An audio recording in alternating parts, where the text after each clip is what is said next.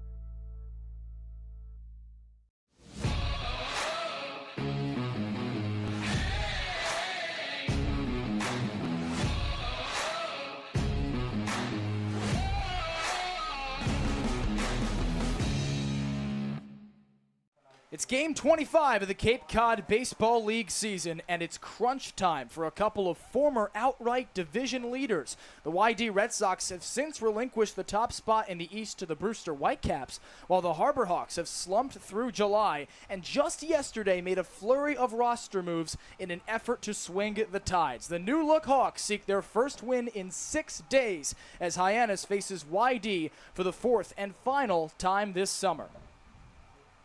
Well, how lucky are we, folks? Welcome inside the broadcast booth at McKeon Park. With Graham Nash and Max Schwartzberg, I'm Giovanni Collada. Graham, we mentioned it's crunch time, and the playoffs are on the horizon. Hyannis is struggling as much as it has all summer, so a couple of new faces could be exactly what this team needs. Yeah, I think that's absolutely right. A lot of guys got either drafted or just left to go home for the season and prepare for the upcoming collegiate season. So there are a lot of new faces, and they're all really excited. This is really high-level baseball, and the highest that some of these guys have played. A lot of guys coming from junior colleges, community colleges, so they haven't had the chance to play up against SEC Big Ten level players like they will here at the Cape League. So a lot of excitement right now in the Hyannis dugout and bullpen. I believe there's 5 new position players, 5 new pitchers, so a lot of new faces, a lot of new talents, a lot of new abilities, and Hyannis needs it right now. And Max, on the flip side, all these new additions mean that Hyannis has had to part with a couple of its most consistent players.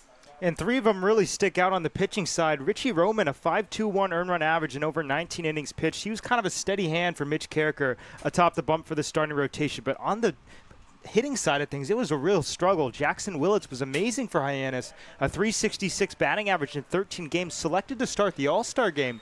And then Matt Miura, the RBI leader, still the RBI leader with 12. Congratulations to Matt. He was drafted by the St. Louis Cardinals last night in the 6th round.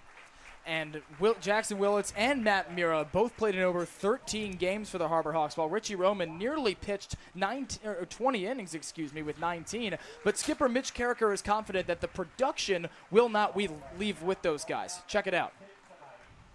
Giovanni Collada with manager Mitch Carricker pregame. Coach, you got a couple new faces after a slew of roster moves. What's the challenge of roster implementation at this point? Well, I mean, we don't know what they are yet, right? We think we know, but it's just different when they show up on Cape, and, I'm not sure what they've been doing. Some of them have been playing, some of them have been sitting at home. So just getting them acclimated will be big, and just getting them in the groove with the rest of the guys that have been here for a while, and hopefully we can start playing as a cohesive group here in the next day or two. On the flip side, you lose a couple of guys that really produce for you. Jackson Willits, Matt Miura, Richie Roman. How do you replace them? It's hard. Those are all really good players, but that's kind of the nature of the beast in the Cape. Guys come and go, and we feel like we've done a really good job, Nick and Cole and myself, of replacing those guys with some quality players. And so, again, it's just going to be about playing clean baseball no matter who's on the field, and hopefully we can do that tonight. You mentioned playing as a cohesive group amid this slump. How are you looking forward to your new guys and the rest of your roster playing as a cohesive group going forward? Yeah, I think we're going to lean heavily on the guys that have been here because they know the expectations. They understand how we like to do things. Now it's trying to bring those guys into like what we call our family environment and making them feel a part of it. And hopefully we can take that into today and put together a good performance. Face Y-D for a second time at home this summer. Coach, thanks for your time. Thank you. Guys? Thank you. Well, one of the players that has been remarkable in this month of July, despite Hyannis' struggles, is Charlie Bates. Our Ava Fernandez caught up with him pregame. Ava Fernandez alongside Charlie Bates from Stanford. And Charlie, you have kind of been on a roll these past few games. What has kind of been working for you? Just been kind of working early with the coaches, and we've really been like kind of taking apart my swing, looking at a lot of film, and it's been, we've been working every day, so yeah. Yeah, and what do you think that you kind of have been changing at those approaches at bat? Getting a little bit of a wider base. I don't know if getting into hitting, but a little bit of a wider base, and then just starting my stride a little bit earlier. Yeah, and you were just nominated Cape Cod Player of the Week, or Hyannis Harbor Hawks Player of the Week, and jumped batting average up to a 444. That's crazy. How kind of did that all happen?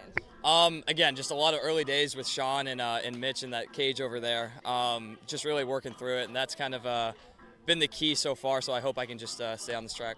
Yeah, and what was kind of the mindset like switching like that, coming from earlier in the season? You guys have been switching out teammates, everything all season. What kind of made that switch? I think it's more of just like developing a relationship with the coaches and actually kind of taking in what they say, and then along with feedback from all the teammates. It's refreshing, getting new guys in here, and they have their own ways about going about hitting, but I love talking about it with all of them. Well, Charlie's back in the outfield tonight, so we can see him. So thank you so much, Charlie. Yeah, of course. Thank you. Back to you guys. Alongside Griffin Cameron, how are you today? I'm doing great. I'm glad to be here. Great. And what excites you most about playing in a premier summer league like this? Yeah, you said it. It's the competition. I'm excited. I just got here last night, and I'm excited to see what the Cape has. Obviously, you got a whole bunch of guys drafted, so I'm excited to play against the best of the best. What do you hope to bring as the new guy on the team, new member? I'm going to bring speed. I'm going to bring defense. I'm going to bring good vibes. That's my goal. And what do you hope to sort of get out of this experience that you can bring to Grand Cameron? Yeah.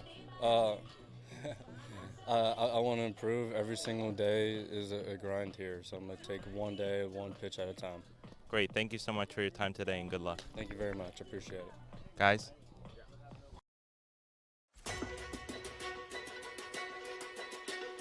I think, Dean, they're allowing you to find your own success and your own true independence.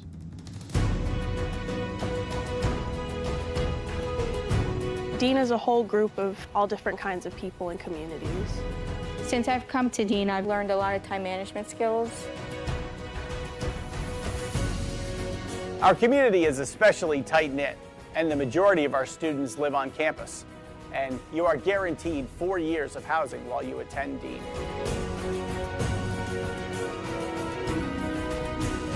Dean is just full of opportunities for you to embrace, to welcome, so you can change yourself to who you want to be and form your career for the future. So go through that, all right? Think that way. Be a bulldog. Have a bulldog mentality in everything you do in life, whether you're playing sports or in the classroom or just socializing around campus.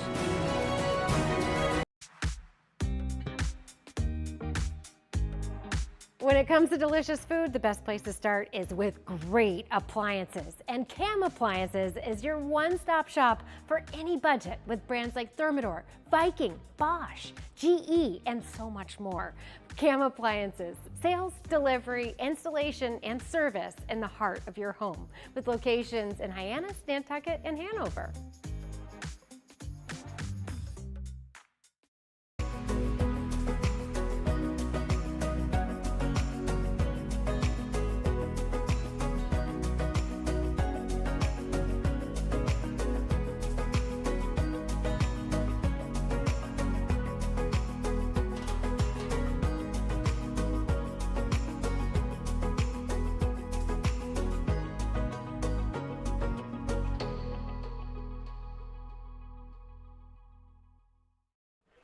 Back at McKeon Park on this beautiful Tuesday night in July. Hyannis and Y-D, a couple of teams that have reeled of late, trying to right the ship and get back to their top slots in the divisions where they were for such a long time this season. Let's check out how Scott Pickler will line them up for the Y-D Red Sox as the teams meet for a fourth time this year. It's A.J. Nessler to lead it off, one of a slew of new players for the Red Sox as well. Nick Costello out of UC San Diego, rising senior with fifth-year eligibility, headed back to the Tritons next year. Chris Hakopian's been with Y-D since day one, and he has torched everybody, but virtually short of the Harbor Hawks. Armando Briseño, one of the new players that's slotting in the cleanup spot. Will Gasparino, a familiar face. Will Baker as well behind him. Sean Yamaguchi, the Mountain West Freshman of the Year, making his debut after leading Nevada in home runs and RBIs. Jack Bell and Garrett Wright, a couple of guys that have played against the Harbor Hawks so far this season. And Max, you see that record down there for Y-D. They've struggled along with Hyannis, but they're getting some new guys as well. Yeah, and it just shows that throughout the course of a 40-game summer, it's not going to be linear for every team. Teams are going to go through stretches, teams that are really good, like Hyannis and Y-D. It's all about recovering from those stretches and finding yourself once again. And for Hyannis, it's Thomas Crabtree atop the bump for a fourth appearance this summer. All of them starts. Last going out, Graham, in that marathon of a game against Bourne on July 8th. And after another strong start for him, he struggled in the later frames of that outing, and that's befallen him all three times prior. Yeah, it has. He struggles the second time through a batting order. He allowed 4 hits, 3 runs, 2 of which were earned, and he walked 5 against Bourne while striking out 4. He just kind of missed the zone. 70 pitches, 37 of which were strikes. He's usually, in his other 2 starts, he was well up in the 60%, 65% range for finding the zone on his pitches. Over the course of the season, it kind of dropped down his strike percentage to 57%. So that miss at Bourne was big. It really brought down his numbers, and he just has to find the zone early, find it with that fastball. Mitch Carriker's talked to us about that all season long, where his guys, his pitchers, do their best when the fastball is locating, because then they can build the off speed, they can build the curveball, but there's no foundation if there isn't a fastball. And that ERA at 1.93, but a little bit deceiving because he's got a 1.6 whip. How about 9 walks and 9 1/3 innings? Of course, a lot of that from his early season success, and a lot of that amplified by that start at Bourne, but definitely an opportunity for him to try to stay in the strike zone tonight. And Crabtree will have this defense behind him as penciled in by Mitch Carriker. Lots of new names on this defensive alignment. Starting off with Griffin Cameron in center, to the right, to the left rather, of Charlie Bates in left field. Devin Mitchell, one of these new names since last week. He's in right for yet another game. Miles Davis back at third for a second appearance. Jake Schaffner's at short. Ryan McKay back at second as Jeff Luigi gets the night off. Gabe Camacho's in his typical post at first base, and Brody Briggs is Thomas Crabtree's battery. And Jace Doby comes in as the DH, Graham, another new player out of Nevada like Sean Yamaguchi of Y-D, and he's got a very interesting story coming in. Yeah, he does. He's a very exciting young player, two-way player for Hyannis coming in. He had the second most doubles for Nevada this last season with 16, had a 6.07 ERA, making 11 starts. Those were all of his appearances. He's an absolute stud. 23 multi-hit performances with Nevada this last season, had an 11-game hitting streak through the middle of that season. In the tough part, rounding middle of April, late or beginning of May, when things kind of start to die down. So he's going to be a very exciting player to watch. A.J. Nessler digs in for a first at-bat of this game. Y-D and Hyannis meet for a fourth and final time this summer, with the Red Sox taking 2 of the prior 3 matchups in very decisive margins. Last one, a 3-2 win on this field at McKeon Park on July 3rd. And Nessler gets it started with a first pitch foul off Thomas Crabtree. And those 2 games against Y-D in the 4th of July stretch, that kind of felt like the last time where Hyannis was in its peak form of late June, early July. They played this team really tough. Nessler jumps on the 0-1, skies it into shallow left. Charlie Bates called off by a leaping, or rather Schaffner called off by a leaping Bates. And that allows the ball to get into left field. An early blunder for the Harbor Hawks, and Nessler's aboard. Looked like a late break on both of them, and Schaffner kind of with his momentum going the other way. So Bates wanted to take charge, but I think he just misjudged that ball. And a tough start for Hyannis. Errorless in each of the last couple of games, except the Katuitt game. That's not going to be an error as Nessler doubles on the pop-up. So immediately a man in scoring position for Nick Costello, playing his first game of the Cape League summer. A senior out of Pleasanton, California, spent 4 years at UC San Diego. Playing his first baseball in a while, as he suffered a season-ending injury in the opener against Pacific for the Triton. A couple of lefties to get things started for Scott Pickler. And Costello quickly down 0-1. You want to see what the response is from Crabtree. Thought he had out number 1 on a weak pop-up, but it's got to be frustrating. He just has to do what he can and jump ahead as he just did. Crabtree's only faced a couple above the minimum in his first frame of work, Graham, so this will be a very trying test indeed. And he plunks a batter. Costello headed to first. And Y-D having their way with Thomas Crabtree to start. Well, this is just kind of how Hyannis's pitching has been the past couple of weeks at this point. Starters have done a really good job at the beginning of games. Mistakes and near errors like that pop-up miss from Bates and Schaffner has led to opportunities, and then it feels like the second a runner is in scoring position, it all starts crumbling. The hit batsman, the walks, the errors on the infield. It's been so hard for the pitchers to keep it together. Now a difficult situation. Both runners off. A tag at third in time. Brody Briggs, undeterred by the trickery from Y-D, gets Nessler at third as Costello moves to second, but there is one gone. Make that 3 straight games for Brody Briggs, gunning out at least one runner. He has been so impressive. Also his 7th runner caught stealing this season. It's Chris Hakopian at the plate. Difficult player to face for opposing pitchers, but he's been cool of late. Levels the count 1-1. Average at 229. It was a shade under 300 the last time these two teams met on July 4th. Hakopian on his way to Texas A&M from Maryland, and he's shown time and time again, Max, that he can be a dangerous hitter. Checks the swing, but it's a strike anyway for Crabtree. This is a guy in Chris Hakopian that didn't strike out until Hyannis and Y-D met for the third time of the year on July 4th. 63 straight plate appearances without a strikeout before then. And they K'd him up twice in that game. 1-2. Just misses.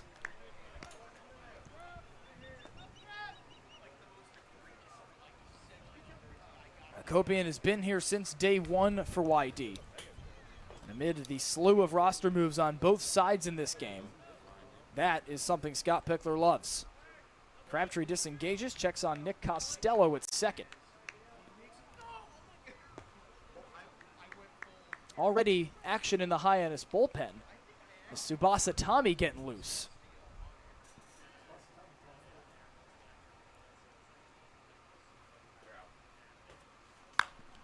Hakopian launches it on the infield. Infield flies in play. Camacho will catch it just shy of the outfield for out number 2.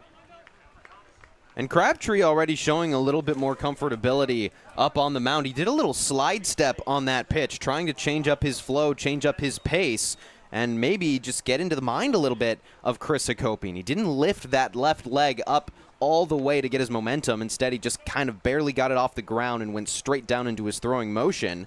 And Hakopian pops up. Gabe Camacho, a model of consistency at first base in the field. Here's Armando Briseño.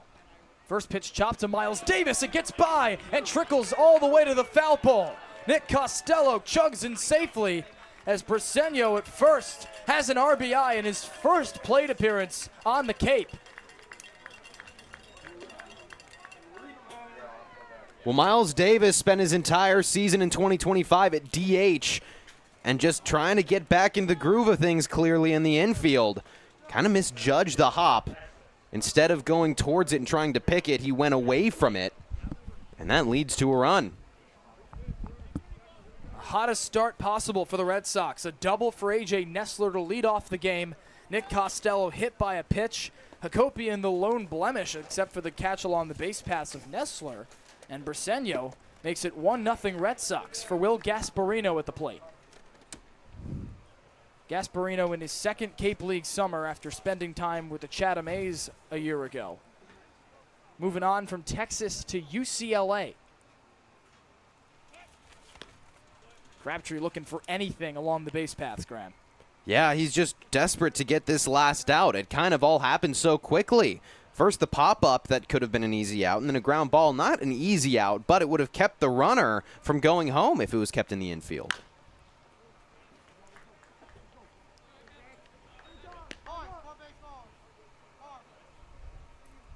Crabtree's allowed a run now in each of the last 2 appearances after throwing a couple of scoreless outings to start his Cape League career. Rising junior headed from Tennessee to Southern Miss, his 3rd different school in 3 years. Started his career with a community college as Gasparino taps this to short, and Jake Schaffner ends the inning. But Y-D tags Thomas Crabtree for a first run of the game. To the bottom half of the first we go.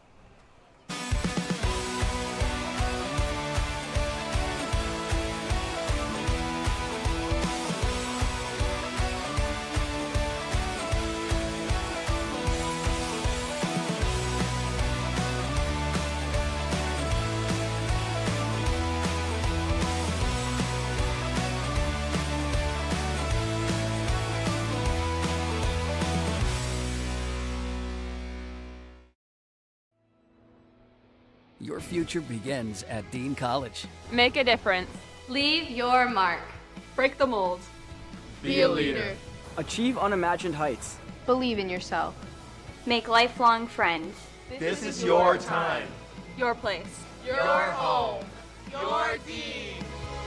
It all starts here at Dean College.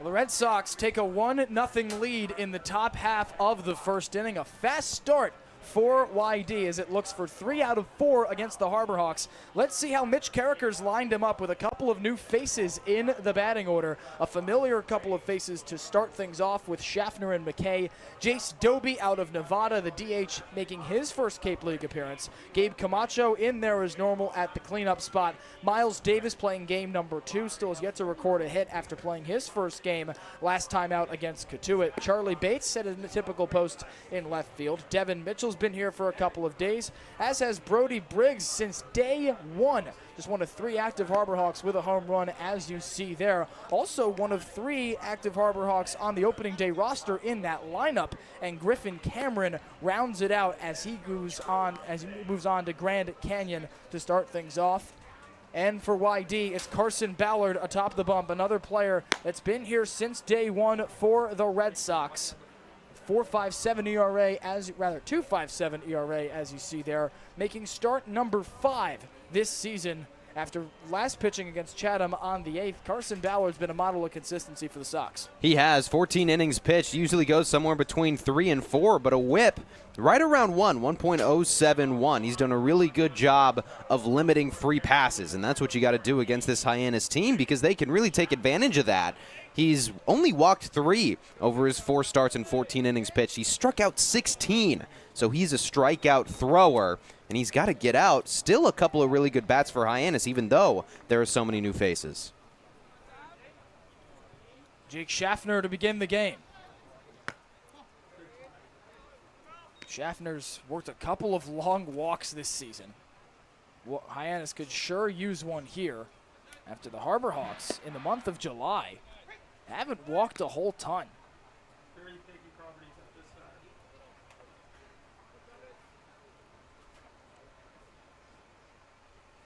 And Schaffner jumps ahead.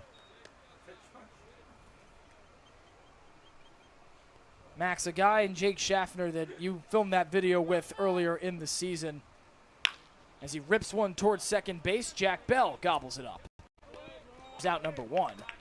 someone that we've lauded for his toughness, but also for his approach at the plate and how he's able to work walks. Yeah, it's really impressive. And against these Y-D Red Sox back on the 4th of July, he worked a 10-pitch walk in his first plate appearance coming back from that injury in Falmouth in late June.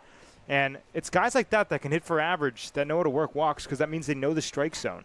For each Harbor Hawks home run hit this season here at McKeon Park, $50 is donated to the Family Pantry of Cape Cod by Monomoy Real Estate and Construction and Pretty Picky Properties Select Vacation Rentals. Pretty Picky and Monomoy, the team with everything you need to hit a real estate home run on Cape Cod. Ryan McKay digs in and levels the count. Ryan McKay, last time out against Catuit, suffered his second consecutive 0-for-4 outing. Just the 3rd time this season he's been held hitless, rather the 4th time. That's just an incredible mark for a guy that worked a ton of walks at Michigan State. Yeah, and he really hasn't worked that many for Hyannis, which is the interesting thing. His bat has just been so unbelievably hot. He lets it fly here into left field. Nestler to the wall. It bounces in front of it. McKay with the wide turn. He chugs in with a stand-up double as Hyannis tries to get the run back. Who doesn't love the classic old announcer jinx? Take that 0 for streak, and that's a beautiful swing. Look at that pitch, down and away, takes it the other way in. Got some big boy power at just 5'10", almost taking it out of the yard to the opposite field. Among the team's most consistent hitters, of course, of late it's coincided with a struggle in the win-loss column for Hyannis. 2-7, or rather 2-7-2 in the month of July. Fortunately, they're not winless. Here's Jace Doby with an awkward stance. At the University of Nevada, a Santa Clara, California native, activated just yesterday, and the first consistent two-way player of the season for Hyannis. He slices the next ball foul. I've never seen a stance like that. Max, you would know better than me. No, kind of a little like a slumped over Ozzie Albies in terms of how open his stance is, but Ozzie doesn't stand that low. It's working for him so far. He jumps ahead. You'll see that back foot, rather the left foot, the lead foot, on the back paint of the righty box. Doby all Mountain West first team in his first year of Division I baseball. Second on the team in average at .339. Also pitched 11 outings and multiple strikeouts in every game but 3. Still remains to be seen if he'll pitch here on the Cape. Bounces it foul and stays alive. And this has got to be so cool for a guy that did not start in Division I, played at Mission College in 2023, West Valley College in 2024, and for him to work his way up to the Cape Cod Baseball League, which is a summer collegiate league that all these guys know of as they go to college and play through college. It's got to be a really surreal moment right now for him to take his first plate appearance. Ballard misses the outer corner. Doby, one of 3 junior college players, or rather former junior college players in the lineup. Devin Mitchell at NC State, moving on from Florence Darlington Tech. Miles Davis still at the State College of Florida. Lifted at foul territory, and it's out of play.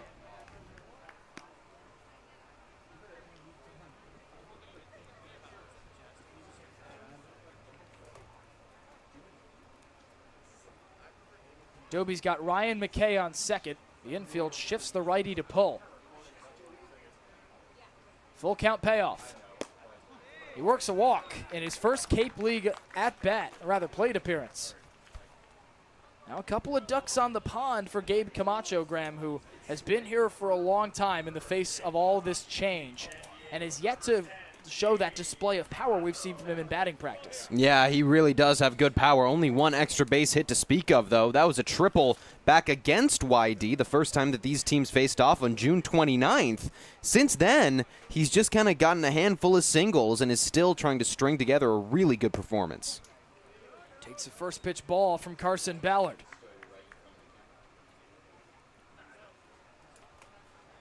Y-D took the lead. A couple of hits of its own in addition to a free pass in the top half of the frame. As Camacho jumps on that ball, just turns on it too far. And for Hyannis, already a free pass dish to Jace Doby at first base. Ryan McKay ropes a double the other way as he's in scoring position.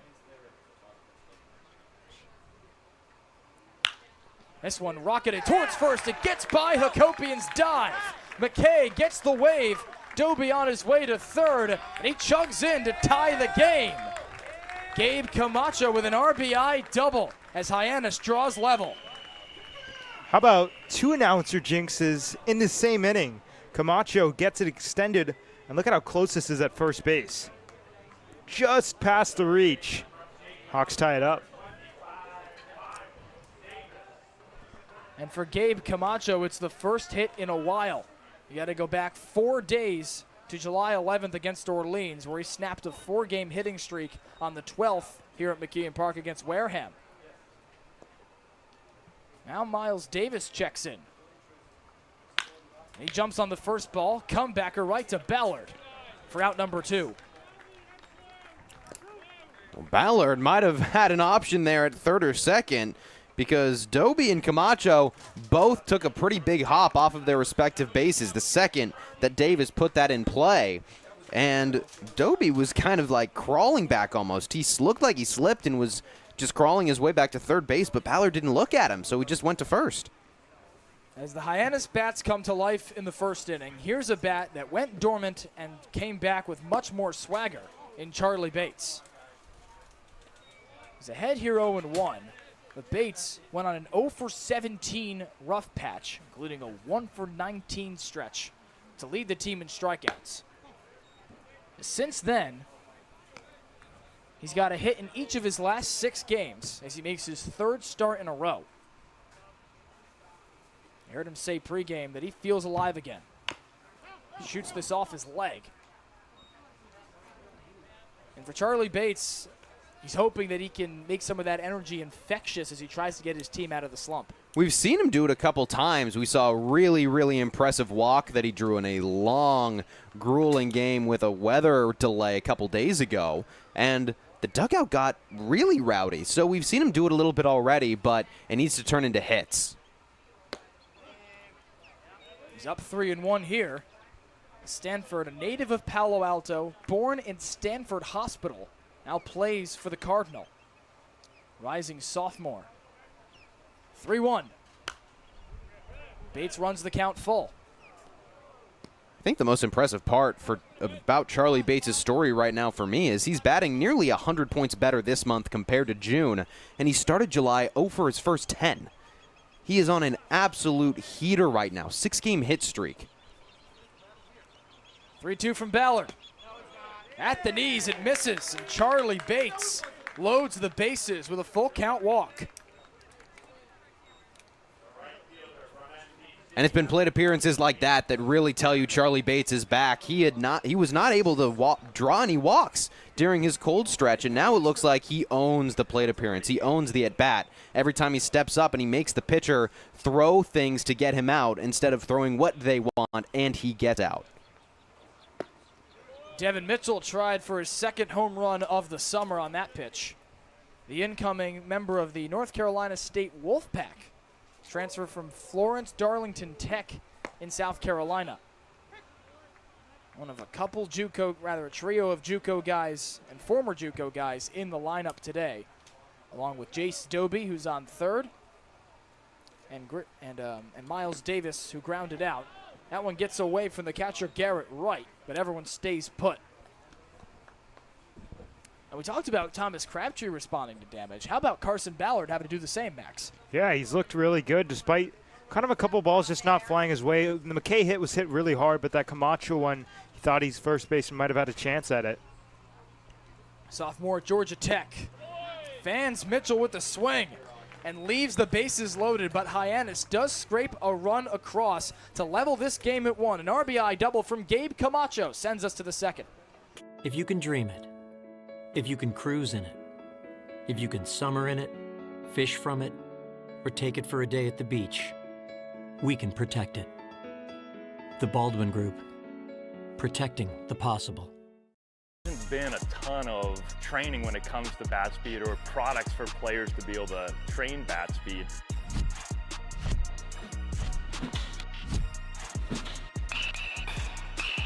You can improve your bat speed and reach your goals working 10 to 15 minutes a day on this a couple of times a week. That's a no-brainer for every player. Cape Cod 5 is proud to be the official banking partner of the Cape Cod Baseball League. Cape Cod 5 offers a broad range of financial products and services tailored for every stage in your financial journey. Reach out to us. We're here to help. Lights at McKeon Park stay bright all season long thanks to the NAC Cape Cod. The NAC offers 2 locations in Hyannis and in Orleans, both offering delicious burgers, tacos, sandwiches, and more. Visit the NAC Cape Cod to order online today. The NAC Cape Cod is proud to be the Light Up the Park sponsor of the Harbor Hawks all season long. Both these teams ate early at the plate in the first inning. A 1-1 game headed to the second, and Thomas Crabtree retoes the rubber, facing 6, 7, and 8 for Y-D after a couple of hits in that inning from the Red Sox got things going.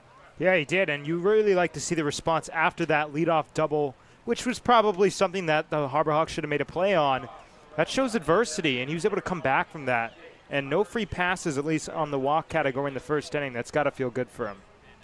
Did hit a batter in Nick Costello, but Thomas Crabtree continues, Graham, to show that even in the face of trouble, he can still be resilient. Yeah, he was, and now he's got to treat it like it's a fresh start. 1-1 ball game, we're tied. Don't think about the run that you let through. Just treat this like a fresh start.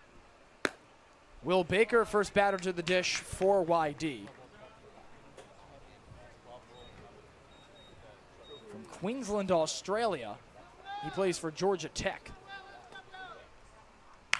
Rips this right back at Crabtree.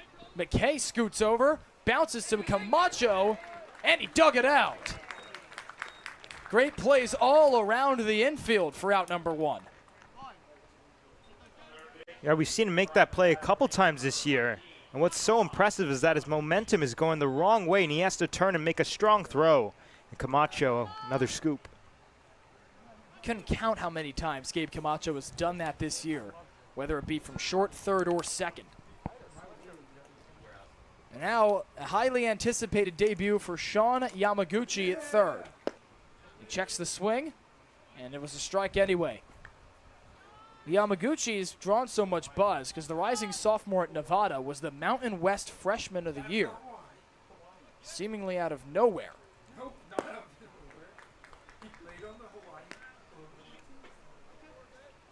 Broke the freshman home run record for the conference of 13. Started in every game for Nevada. Shared the team lead with home runs and RBIs. Just a prolific season. He slices this the other way. On it, Devin Mitchell, and it's a fair ball. Yamaguchi with a bit of small ball for his first Cape League single. And he was kind of leaning like he couldn't tell. And a late call from first base umpire didn't help him trying to chug over to second base because he's running full steam into the bag as it looks like it lands just on the line. And you see him kind of stumble there. He might have had a double if he just committed to the chug around first base. Now the lefty Jack Bell, a player that Hyannis is familiar with this season. He's played in both games against the Harbor Hawks. Thrown over Brody Briggs. Off goes Yamaguchi. And another runner in scoring position for the Red Sox. And the wild pitches continue to plague Hyannis, and that takes away the ground ball double play opportunity. Now he's going to have to work a lot harder on the mound for Crabtree. Bell just one hit across those 2 games, but drew the only walk issued by Hyannis pitching on July 3rd. He skies this on the infield. Ryan McKay barely moves for out number 2. Couple of flyouts after some damage, Max, have helped Thomas Crabtree in these first 2 innings. And if you're Crabtree, you have to have your confidence at an all-time high. Of course, that double in the first inning not hit hard, that bloop single not hit hard, so you're still getting these hitters off balance. Your pitchers are working well. Lean into that. Garrett Wright will try to flip the order and break this tie. The catcher in the 9-hole.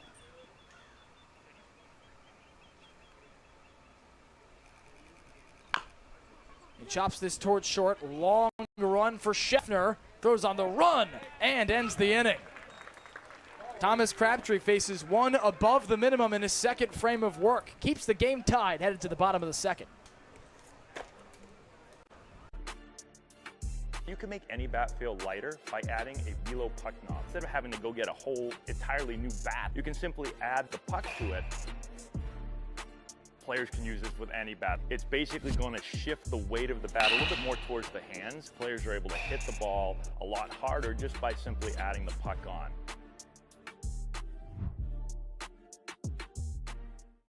Here at the Mass State Lottery, we're known for our monster wins. But there's no bigger win than the $1 billion we provide each year to support all 351 cities and towns in Massachusetts. In our game, we know that supporting local businesses and helping communities is how we all win. Because at the lottery, we're all playing for the home team. The Mass State Lottery. Welcome to the state of winning. Time for the bottom of the second at McKeon Park. Thomas Crabtree eased the fire of Y-D in his second frame of work and kept this game tied at bottom two. Let's find out who that let's play Who's That Harbor Hawk. We'll find out who it is later in the game. And guys, this could be the toughest one of the season. Our producers really had a tough day, so they picked a difficult Who's That Harbor Hawk out of Rice. Just 1 year in MLB for the Giants, but 2 Cape League seasons here with the Harbor Hawks. No shot. I'd probably recognize his name once we get the answer, but there's no way I'd be able to guess it. They may have finally gotten us, and maybe they've finally gotten the players on X. They've been rock solid this season. Yeah, we've had it pretty much every time. Someone has gotten it right. This one could be tough, though. No cheating. No looking it up on Baseball Reference. We can't possibly verify that for those that play. We just know. We go off the honor code here on the Harbor Hawks Baseball Network. 8-9-1 due up for Hyannis to face Carson Ballard. Flip the order in this inning, and that has typically been a good sign for the Harbor Hawks this season. Yeah, when they flip the order in the second, they've had a lot of good results from it. It's just so imperative for them, at least at this point in the season, to see a starting pitcher as many times as possible. That has given them so many opportunities, so many more opportunities with runners in scoring position, but it doesn't mean it's not a perfect path, I guess you could say. There have been times in July where they flipped it in the second inning and haven't scored until the 6th or 7th inning when there's a new relief pitcher in. Haven't done it in each of the last 4 games. And even the last time they did it, Graham, against Bourne here on July 8th, they lost 12-6. Of course, that came with a 93-minute weather delay. It really threw everything off. Brody Briggs takes a strike right down Broadway from Ballard. A catcher out of Arizona State. Has been here since day one and a mainstay amid the flurry of new faces. Taps this towards the gap. A sliding dive from Yagamuchi, but he boots it, and Briggs chugs in safely.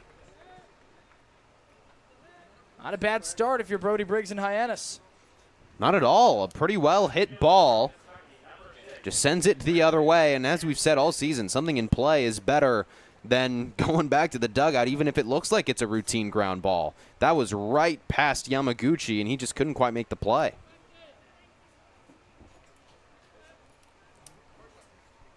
Now Griffin Cameron making his Cape League debut. Cues the first pitch foul. Briggs is given the single as Cameron's on his way from Kentucky to Grand Canyon. After spending a couple of seasons with his hometown Wildcats as a native of Lexington.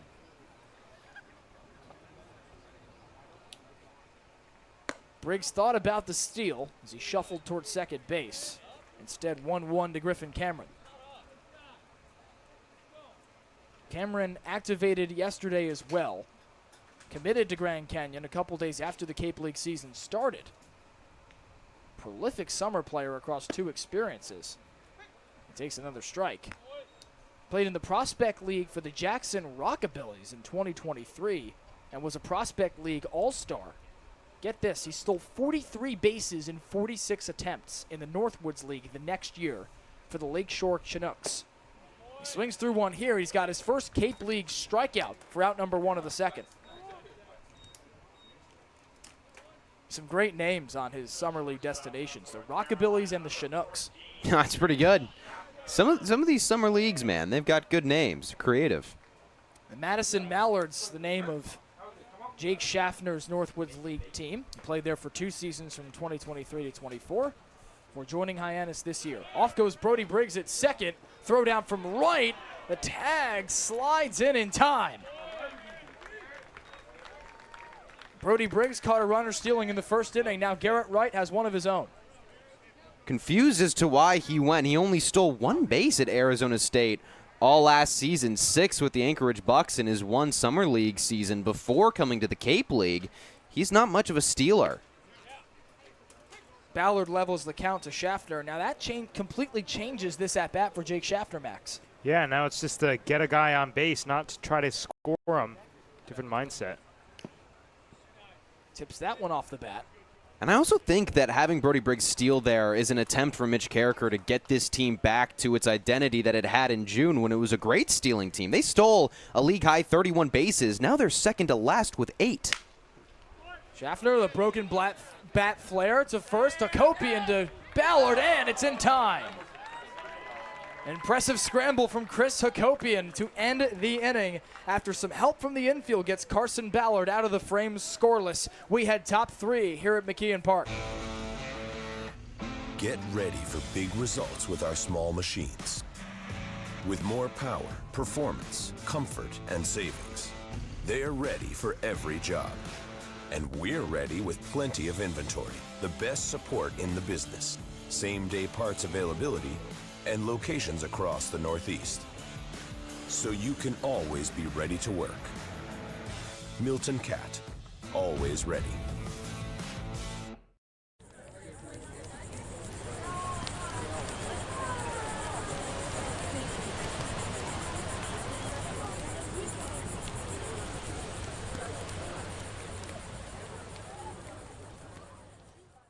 If you can dream it, if you can cruise in it, if you can summer in it, fish from it, or take it for a day at the beach, we can protect it.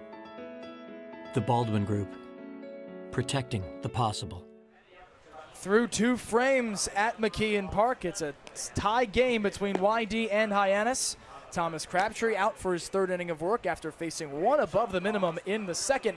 Let's check out the standings that have been in flux all summer long. We mentioned pregame, Graham, that Hyannis and Y-D atop their respective divisions the last time they met on the 3rd and 4th of July. But since, a couple of squads have challenged them. Yeah, they're still hanging around, but Brewster, they're a good team. They got off to a rocket-hot start in the beginning of the season, then went kind of quiet. They're back to winning ways. And Falmouth, they kind of had a slower start, but for figuring things out at the plate, they're hitting really, really well in the month of July, and they have just jumped atop the West. But don't count out Wareham. Even Katuitt is a really good team right now. They have kind of found their identity as a squad as well.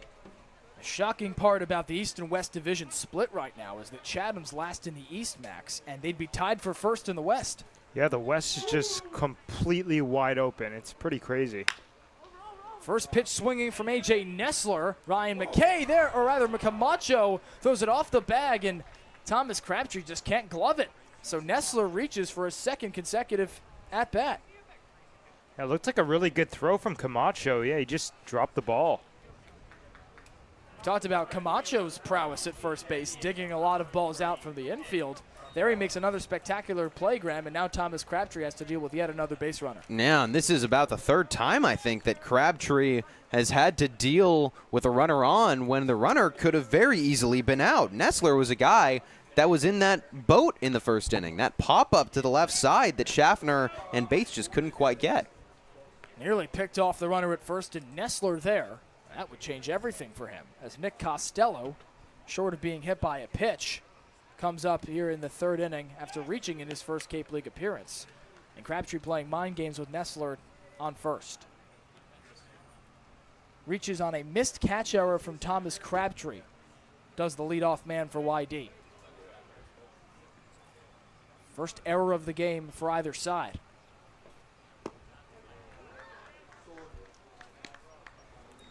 To continue the discussion about the standings, though, guys, last year on this date, July 15th, Y-D in the lead by 18 points in the East. Wareham in the lead in the West by 18 of its own. And now there's just more parity.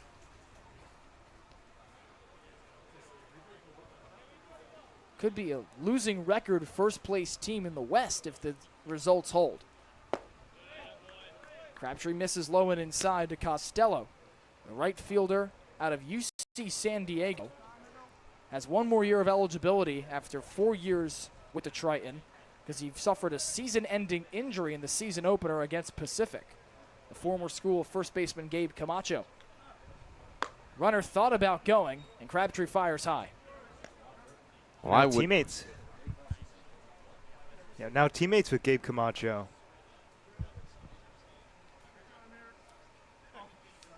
I wouldn't be too quick to run on Brody Briggs right now. He's in pretty good form, and especially with a high fastball there, Briggs would have jumped up from his crouch and had a great chance to beat that runner. He's already caught Nestler stealing in this game at third. He's the runner on first as well in this inning. It's his double that got it started for Y-D. Costello hit by a pitch, very next ball that Crabtree threw. Chris Akopian got one of the toughest outs in the order to fly out, but then Max, Armando Briseño tagged him for that RBI single.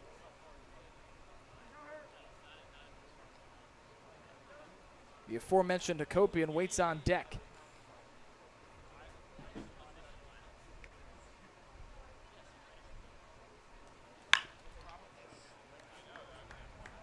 No action in the bullpen for either side. Tsubasa Tommy got a couple of throws going as Crabtree struggled through the first frame. After facing one above the minimum, it'll be his couple of innings to finish. Yeah, and I think it's a good choice because he really pulled it back together well after that double that was probably pretty close to being a pop-out. First batter retired. He's done a good job of responding. Runs the count full here with a breaking ball miss. Crabtree's got a 3-pitch mix. Features a fastball resting 90-93, tops out at 95. Curveball dials in 77 to 81 with a changeup off speed clocks in 84-86. Seen all 3 pitches so far in this game. His offering. Swing and a miss, strike 3. It's his first K of the outing and a big first out on the top of the third. Went to a straight challenge heater right there, down the middle, and he's not able to catch up. Maybe he got a little bit of a piece of that, but into Brody Briggs' glove. Now the native of Collierville, Tennessee, and Crabtree will face among the tougher outs in the league in Chris Akopian for a second time. Achieve the onerous task of getting him to fly out in this game. Akopian, we mentioned, Graham, when he came up to the plate for a first time, that he didn't strike out in his first 63 plate appearances. Just a tremendous vision of the plate. Yeah, he's such a hard out to get. Yeah, it was his entire college season at Maryland this last year. You hated to see him coming, and he was always top 3 in the batting order because the coaches want to give him as many chances as possible. Watches the 0-1 breaking ball. He struck out twice in that July 4th game against Hyannis. He's only struck out once since then. Moving on to Texas A&M after a couple years at Maryland. Crabtree clearly rattled by Nestler at first. It's either that or maybe he's just not ready to throw the pitch because of non-disengagement rule. Of course, the pitch clock in play. A lot of these guys just throw over just so they don't have to pitch.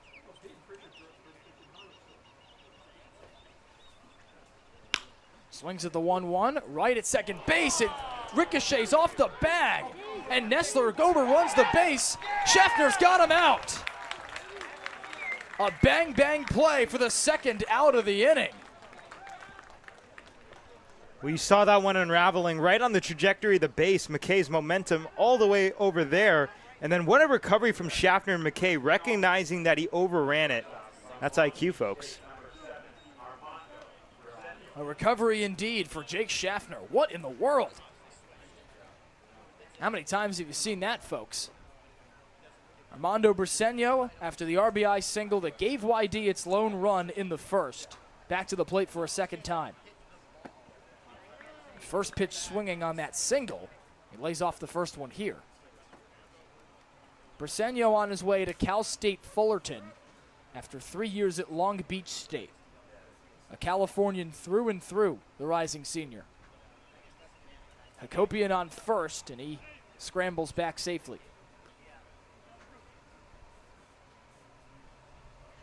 More packed crowds for a Tuesday we've seen this season, given that it's a perfect 80-degree night.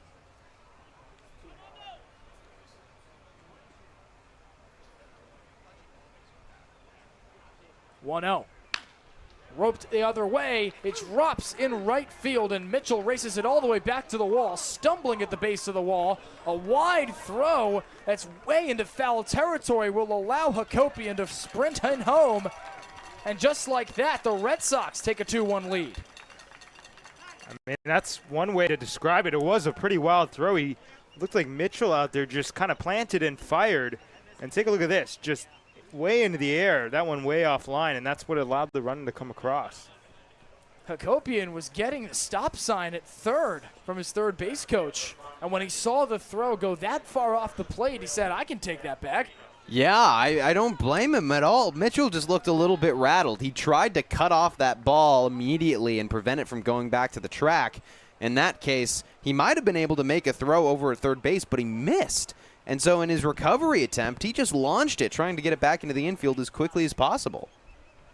It was Costello that chugged home the first run, as Crabtree misses the inner corner to Will Gasparino.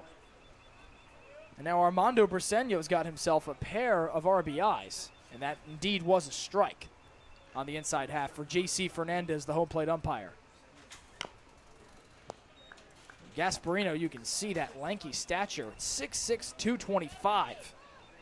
Played a little basketball in his time at Harvard Westlake.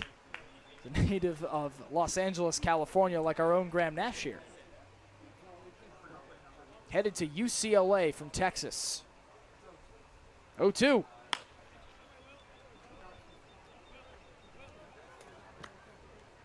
His dad is the vice president of baseball operations for the Los Angeles Dodgers. He played baseball at Oklahoma State. Bit of a rivalry there, old Big 12 opponents. And Harvard Westlake, ran much to your chagrin, notorious for producing major league talent. Jack Flaherty, Lucas Giolito, Pete Crow Armstrong, Max Fried, a couple of the notable alumni. Oh, yeah, they've got baseball talent. They've got some really good football talent as well. A couple guys playing hoops, but, man, baseball and football, they just seem to always have some studs roaming around their campus. You take a look at Gasparino, you'd think he'd be playing basketball. 1-2. He stays alive. So to sort out that double from Armando Briseño, it goes into right field for Devin Mitchell. Hakopian comes around to score. He advances to third, Briseño that is, off a throwing error by Devin Mitchell. The official scorer under the impression he should have gone to third base to try and get Briseño. Second straight inning with an RBI. Gasparino flies the 1-2 on the infield. Crabtree leaves the mound momentarily. It drops right next to the bump. All those Harbor Hawks converging on it, and no one could find it. It brings a third run across for the Red Sox. Well, it's been that kind of month for Hyannis. Another pop fly where it looks like it should be routine out. And instead, it hits the ground. And not only this time is a runner safe on base, but a runner comes home. That is going to just burn Thomas Crabtree to his core. That's some RBI single right there. Gasparino at first. He's got an RBI in this inning. And a big swing for Will Baker to follow it up. Think about the way the 2 runs have been scored in this inning, Graham, with a fielder's choice technically for Chris Hakopian reaching. The throw from Devin Mitchell tagged an error. And second of the game after Briseño's double. Chopped right back at Crabtree. He makes the play with a web gem. And that escapes the damage for now. With a couple of runs on the board in the third for Y-D, and our own Ethan Wax has more. Thanks, Gio. As the season has entered its second half, one division has dominated play thus far, as Eastern Division leading Brewster leads all Cape Cod clubs with a 14-9-1 record. The other 3 teams in the division are all 500 or better. Even last place Chatham, with a record of 10-11-3, would be tied for the lead in the Western Division. The East dominance can be further seen by its inter-division record, as Eastern clubs are an impressive 34-24-7 versus their Western counterparts. Like their division peers, the Hawks have struggled against the East, going 4-6-3. The schedule in the second half could be helpful, as 9 of the Hawks' remaining 16 games are against Western Division opponents. Fortunately, the Hawks will only see the Brewster Whitecaps one more time, as the team has been outscored 19-7 while losing all 3 games. In a division where the top 4 teams are separated by a single point, small differences in the schedule could mean the difference between making and missing the playoffs. Guys, back to you. Thank you, Ethan. Y-D scrapes across a couple of runs. They've got hits in each of the 3 frames against Thomas Crabtree, but Max, as you mentioned during that break, only 1 run was earned. Yeah, it's just been kind of a game, or at least that inning was representative of the way the Harbor Hawks have been playing baseball in July, and it's just not been great. You know, kind of sloppy around the edges. And let's not forget that inning started with an error. That kind of set the tone. And then, sure, a couple balls not going their way, like the base hit off the bag, but those are plays that Mitch Carricker knows that has to be made, and it's frustration built up. Ryan McKay to lead off the third, initially squares. It takes ball 1 outside from Carson Ballard, out for a 3rd frame. McKay doubled on the 4th pitch of his at-bat in the top of the 1st. Jace Doby walked behind him. He swings through this one. And then Gabe Camacho laced an RBI double right back to right field. And for McKay, that was his first double since July 3rd against this Y-D team here at McKeon Park. Goes right back up to center field. He's got a 2nd hit of this game. Ryan McKay 0 for his last 8 coming into the night, now 2 for 2. Well, through the good, bad, and the ugly, Ryan McKay has been pretty solid all July. That is a beautiful hit. Just squares it up, gets it right behind the ball, and lines it straight over Ballard's head. But that 0 for 8 that he was coming into this game with, very unusual for him. It was only the first time this summer season that he's been held hitless for 2 straight games. Jace Doby, the ball inside from Ballard. McKay broke a 17-game on-base streak on July 2nd. First time not reaching base since May 2nd against Oregon when he was still with Michigan State. Doby jumps on the 1-0. Doby playing in his first game. He walked on a full count in his first plate appearance.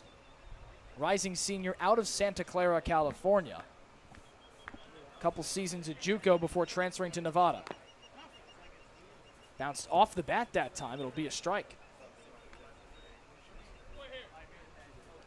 First consistent 2-way player of the season for Hyannis, at least in his time with his college team. 2nd on the team in average with 11 outings on the mound for Nevada. 1-2. Goes right back up the middle. They got a couple of singles in this inning. Station to station with no outs. A couple of men aboard for Gabe Camacho. Well, this feels like the most hits we've seen from Hyannis through the first 3 innings in quite a while. Their bats have done a really good job. 2 extra base hits, a double from McKay, a double from Camacho, and then a couple singles to go along with it. This has been a big part that has been missing from their games in the month of July. Their team average has really taken a dip. This might be the kind of performance they need to at least fuel a little bit of an offensive comeback, even if they aren't able to win. Camacho tied the game at 1 with that RBI double. He goes right back to the same spot, just turns on it off the lamppost. He's seeing the ball really well. Back in that first at bat, the pitch before the double, he was way out ahead of a fastball, but kind of fouled it straight back, meaning he got extended pretty early. Clearly does the same thing right there. He leaves one over the plate, might be asking for a new ball. Camacho's got a lot of power. 7 homers in his first season for UC San Diego. But even in his last 5, he's been held hitless after a 4-game hit streak from July 5th to the 11th. Only had a pinch hit appearance for Ray Velasquez at Cotuit a couple days ago. This one skips by the catcher right. Each runner advances. And now a pair in scoring position for the hard-hitting lefty.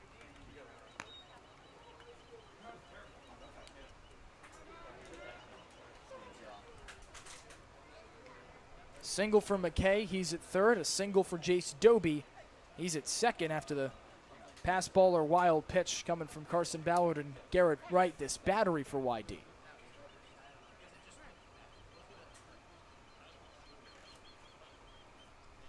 Infield comes in on Camacho.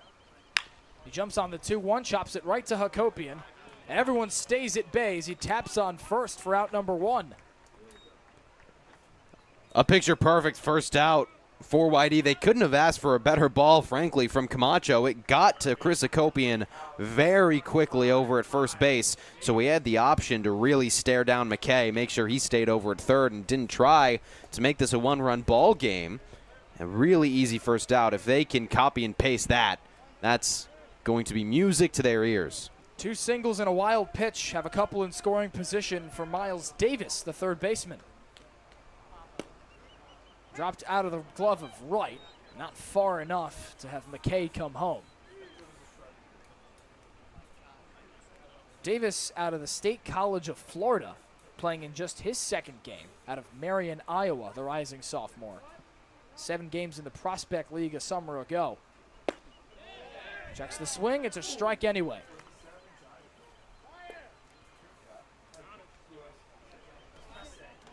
It's 0-2.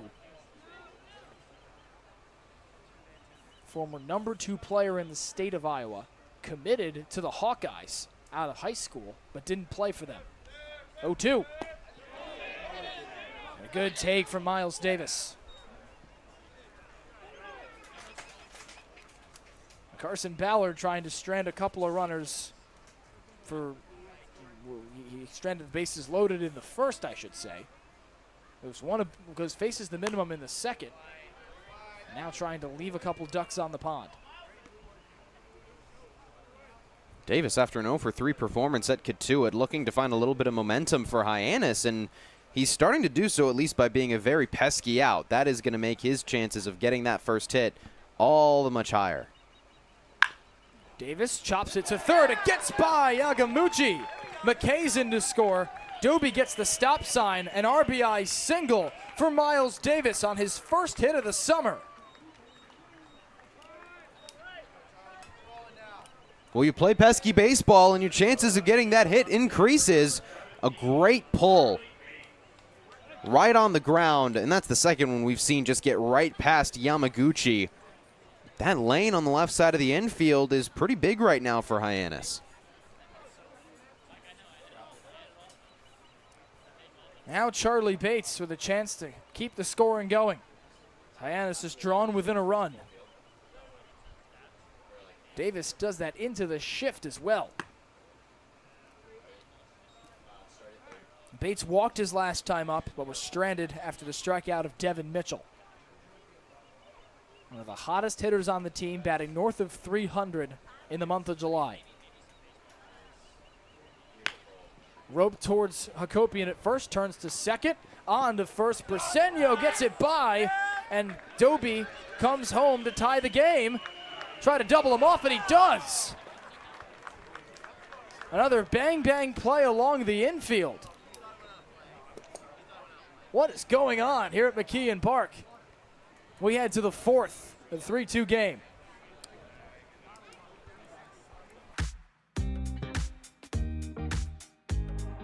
When it comes to delicious food, the best place to start is with great appliances. And Cam Appliances is your one-stop shop for any budget with brands like Thermador, Viking, Bosch, GE, and so much more. Cam Appliances, sales, delivery, installation, and service in the heart of your home with locations in Hyannis, Nantucket, and Hanover.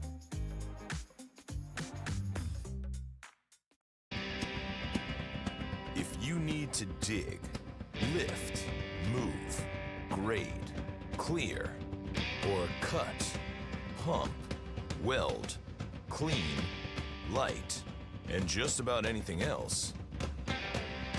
Dial up the rental source for the newest and the most reliable equipment in New England. Staffed with equipment and construction experts. Milton Rents, your local source.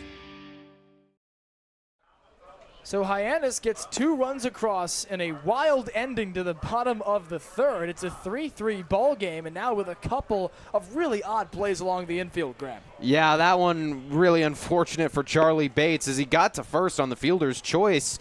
He rounded to second base, so he crossed over on the left side of the first base line, which put him in that motion in the baseline between first and second. He had to come back and get to first base safely without being tagged or it was an out, and he couldn't do so. He couldn't make it back in time. Chris Akopian did a really good job of getting that baseball out of the dirt track around the ballpark to get it back in play, and Charlie Bates looked like he might have thought that it went into the dugout or something because he thought he was getting a free pass to second. The score says he grounds into a double play. First baseman Hakopian to shortstop Armando Briseño. Back to Hakopian to the pitcher Carson Ballard. The tying run in Dobie scores. Miles Davis tagged out at second, while Charlie Bates also out at first.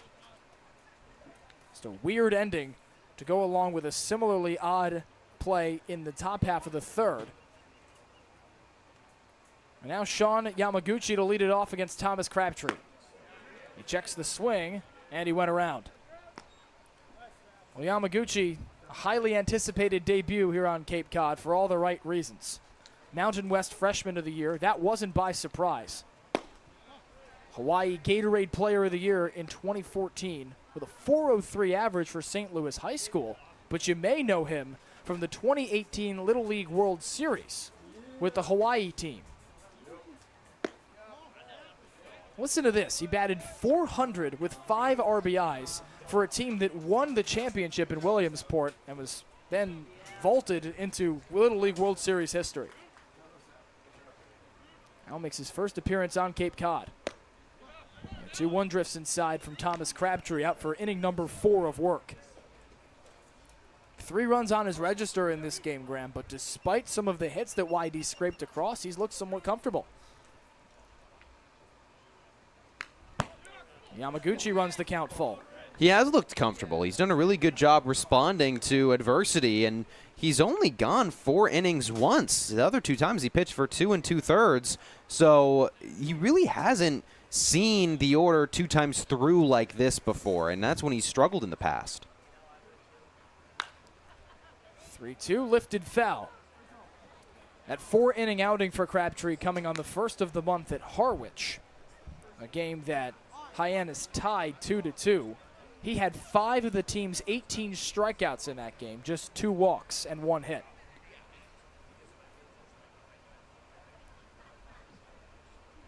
Full count payoff. And Yamaguchi stays alive. He really climbed the ladder to get that ball, the high heater, and Yamaguchi fought it off. He's really thinking swing right now if he's going after that pitch.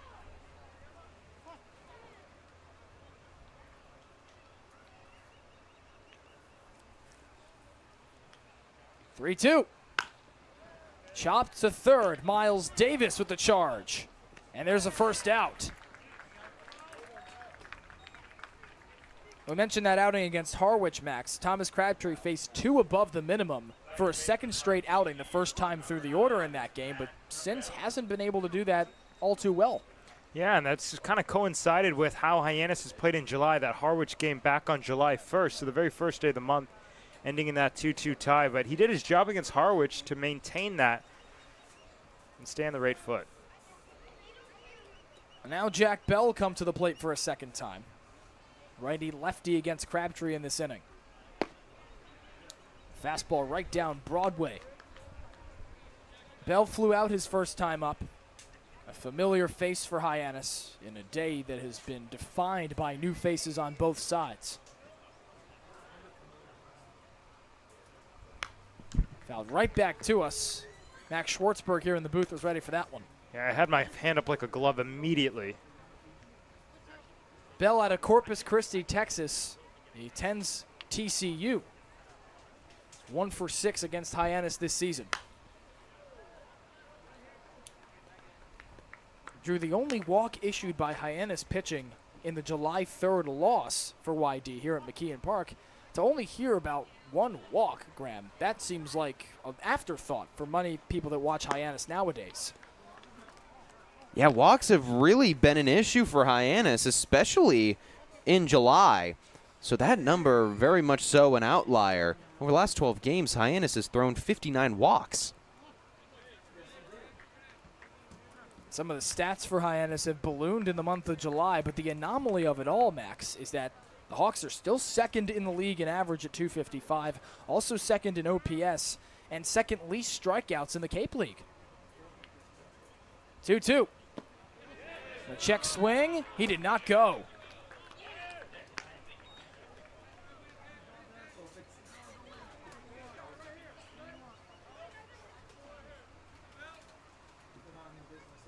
Jack Bell trying to get a base runner on for Y-D for the third straight frame.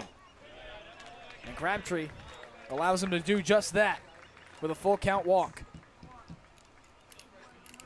Rather, Graham, that's 4 straight frames for Y-D. And oddly enough, if they get out of this inning as it stands, it'd be their first inning without a hit. Yeah, only the first walk there delivered by Crabtree. It's been a hit. It's been hits galore for Y-D in this early ball game, but it's felt like there's been a lot of free passes. There was, of course, that hit batsman in the first, but a couple errors, a wild pitch or two, and that's been the issue for Crabtree. He just hasn't walked many people. That's his first. First pitch to Garrett Wright. Loops in for strike 1. 2 errors on the game, both committed by Hyannis on throwing errors. 1 hit batsman in the game of Nick Costello for Y-D. And so Thomas Crabtree, Graham, has been on the receiving end of all the free passes, mostly in this game. Shy of a couple of walks, worked by Hyannis' Jace Doby and Charlie Bates. He's ahead 0-2 on Garrett Wright. This is where it gets important because you don't want to waste time trying to put him away. Just go right after him. Of course, don't leave a fastball right down the middle. Maybe try to paint the black. But you don't want to see those uncompetitive misses that Hyannis has struggled with this entire month. Infield shifting the righty right to pull.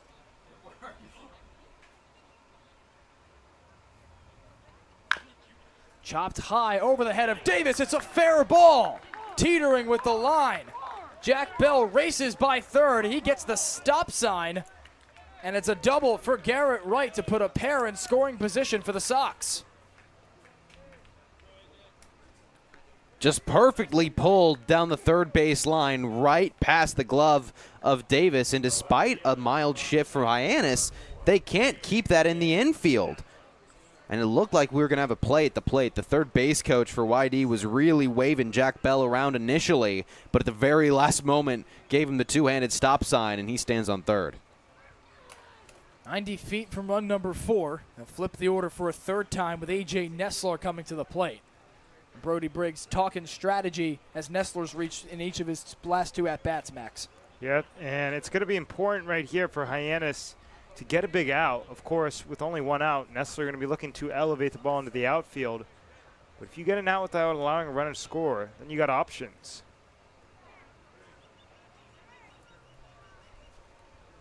Reached on an error last time up on the pitcher Crabtree after Gabe Camacho on a throwdown that brought Crabtree over to cover from the mound. Threw it right on his glove, and Crabtree just couldn't hang on. Also doubled to start the game.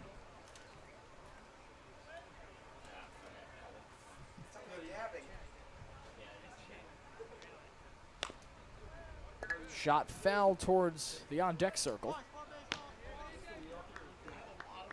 Messer leading off for Y-D tonight, a rising junior out of Pitt. Back with the Panthers for a second stint after transferring to UCF in 2024, then going back to Pittsburgh after a lone season there. Now playing his first summer ball experience with Y-D. Rising junior from Tampa, Florida.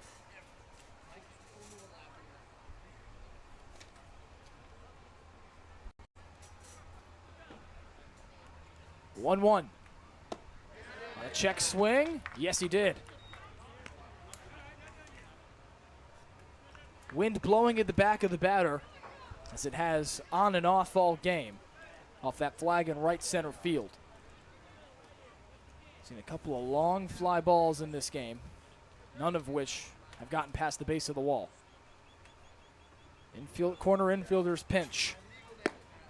And Crabtree misses outside. Crabtree was ahead 0-2 against Wright. He roped a double. And Max, I think like you said, he just left one over the heart of the plate. You got to try to paint a little bit more, but now with an even 2-2 count, you can't be too creative because then that can run the count full and load the bases. Lofted into left field. Charlie Bates sprints and makes the grab. His throw down to, or rather his cutoff to Miles Davis keeps the runner at bay at third. And Jack Bell stays 90 feet away from the run now with 2 outs.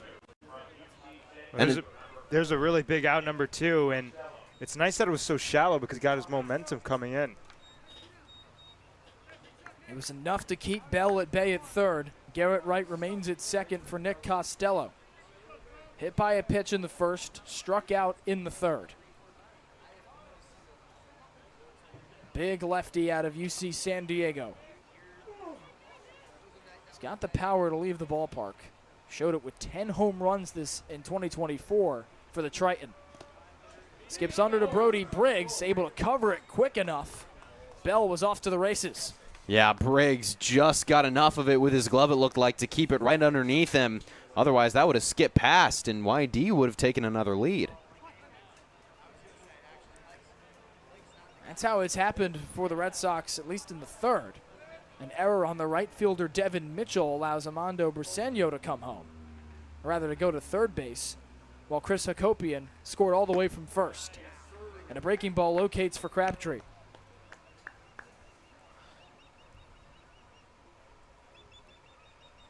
Feels like Hyannis has the momentum against it, while it still has played very well in this game.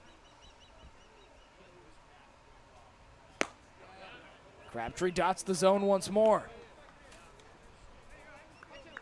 How big would this be for him and his confidence going on? It would be huge. It sets the tone for the rest of the game and the outing. Gets the backs back in the dugout. Trying to come away unscathed. Swing and a miss, strike 3. He strands a pair of Red Sox along the base paths, and Thomas Crabtree has his second scoreless frame of the outing. Bottom 4, it's 3-3. This week we've been working a lot with doing play-by-plays, just doing behind-the-scenes stuff with sports broadcasting, which I never really realized how much went into it, but it's been really cool. They've grown a lot. I've never really done like a program like this before, so like seeing all the behind-the-scenes has like really grown. I've learned how to really just gain confidence in my play-by-play speaking, and I've learned more terms here when it comes to directing and producing, and I've just had a great time with John Rook. Doing the play-by-play stuff and all that, being with a guy like John Rook, understanding what like the major kind of entails of doing this camp, just really a preview for what you do here at Dean or any other college doing broadcasting, so I'm definitely more prepared to make this a job of mine. Cape Cod 5 is proud to be the official banking partner of the Cape Cod Baseball League. Cape Cod 5 offers a broad range of financial products and services tailored for every stage in your financial journey. Reach out to us. We're here to help. Carson Ballard still atop the bump for the bottom of the 4th. It's a tie game at 3 between Y-D and Hyannis. And let's look at some stats between these two crosstown rivals. That average for Hyannis still in the top marks of the league, while Y-D has slumped through the month of July, dead last in OPS in the entire Cape League in the month of July. Yeah, and they make up for it a little bit, at least in this matchup, with their ERA. Hyannis' pitching has really struggled in July, so kind of matches them there. And let's not forget, when these teams first met on June 29th, Y-D was the only team in the Cape League to have a sub-3 ERA, and as we saw right there, it's ballooned up to 3.76. Of course, much better than Hyannis' mark, but that just shows you how their pitching has not been the same as it was earlier in the season. It's 7-8-9 due up for a second time in this game to face Carson Ballard, the righty out of Georgia Tech. And Devin Mitchell will begin things off for Hyannis as it looks to break the seal.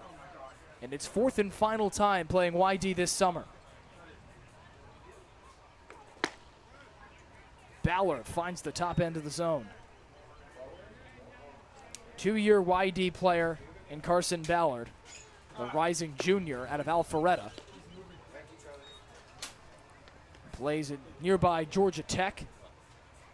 The Cape stats have been good for him this year, despite no 0-1 record. ERA of 2.57 in all 4 starts.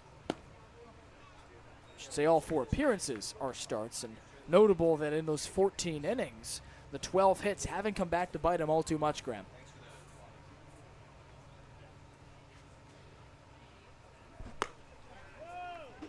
He's done a good job of working around it. And, I mean, he's only walked 3 guys coming into this game. He's almost doubled that here. He's got 2. So having those walk numbers down, that's really, really helped him kind of keep and freeze people where they are. 3-1. Mitchell runs the count full. But also his 16 strikeouts coming to this game, that really sticks out. That is kind of the eye popper off the page. He's just done such a good job working with what he's got, and Hyannis has done a phenomenal job kind of messing him up. 3-2 misses, and it's a full count walk for Devin Mitchell to begin the 4th. It's now walk number 3 to tie Ballard's season total, halfway to his season total at Georgia Tech in 36 1/3 innings for the Yellow Jackets. Just looks like one of those starts. Doesn't quite have his stuff. His command of the zone is a little bit off, and Hyannis is doing a really good job using their eyes instead of trying to use their bats. A couple of RBI hits have tagged him for the runs. Gabe Camacho and Miles Davis, along with a fielder's choice reach for Charlie Bates. Brody Briggs lifts the next offering into center field. Long run for Gasparino, but he's got out number 1.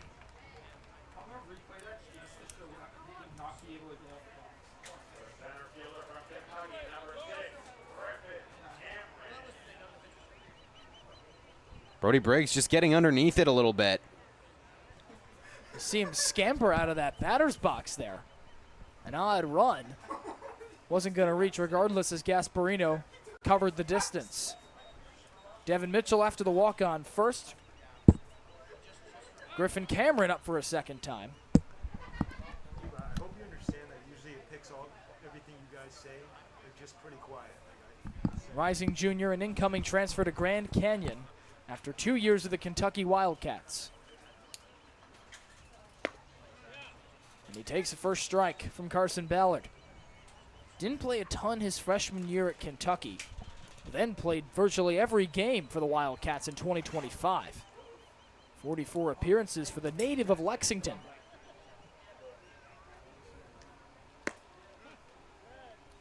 A lot of those appearances come end of the season, though, were in relief, or he pinch hit. He didn't really get that many starts. He didn't have that many at-bats come end of May, beginning of June, and so just looking for a little bit more consistency at Grand Canyon, somewhere we can play more. He chops this to second, flip for Jack Bell, over to first. Briseño completes the twin killing to end the 4th inning. Devin Mitchell caught along the base pass after a leadoff walk with a flyout from Brody Briggs. We had top 5, still knotted at 3. When you need to dig, lift, move, cut, or just about anything else, then dial up the Rental Source staffed with equipment and construction experts.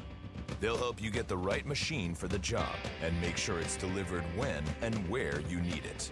With locations across New England and the newest and most reliable inventory, Milton Rents is your local source. When I started teaching on the Cape 30 years ago, you could buy a house on a teacher's salary.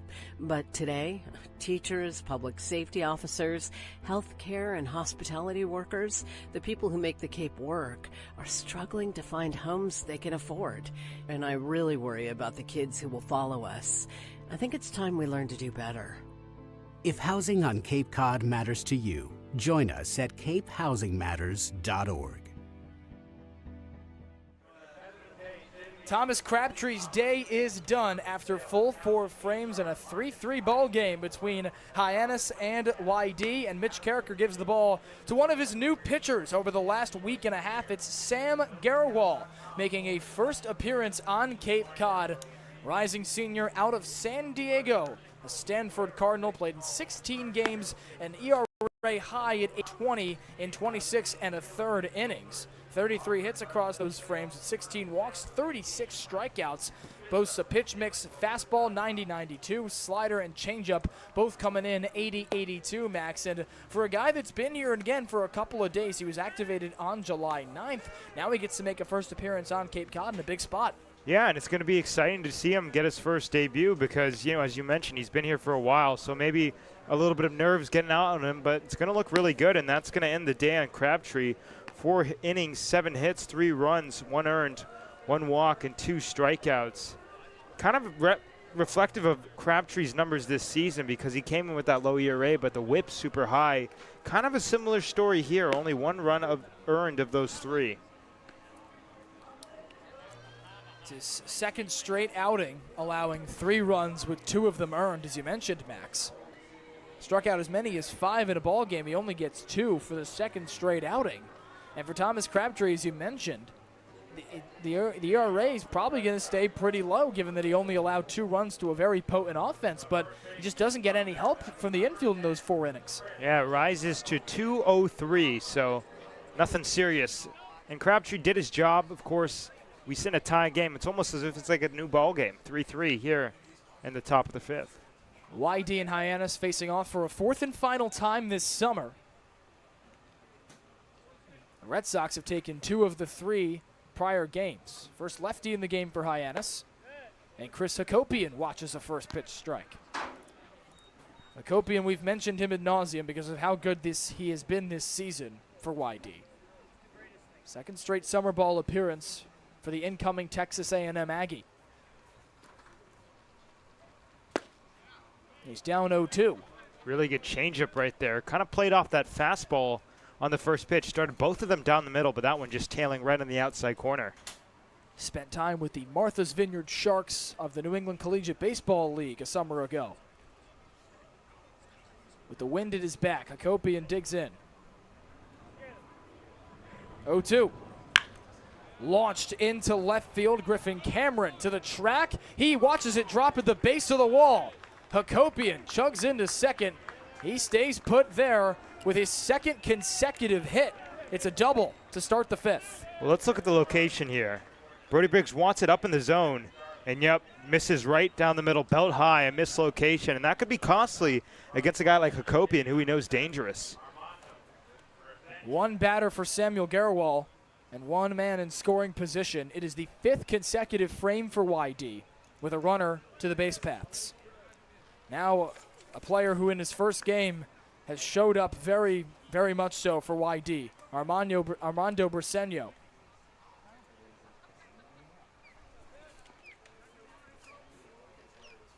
He's got Chris Hakopian at second, and it was a double in the 3rd that brought the aforementioned Hakopian home, along with a throwing error in right from Devin Mitchell.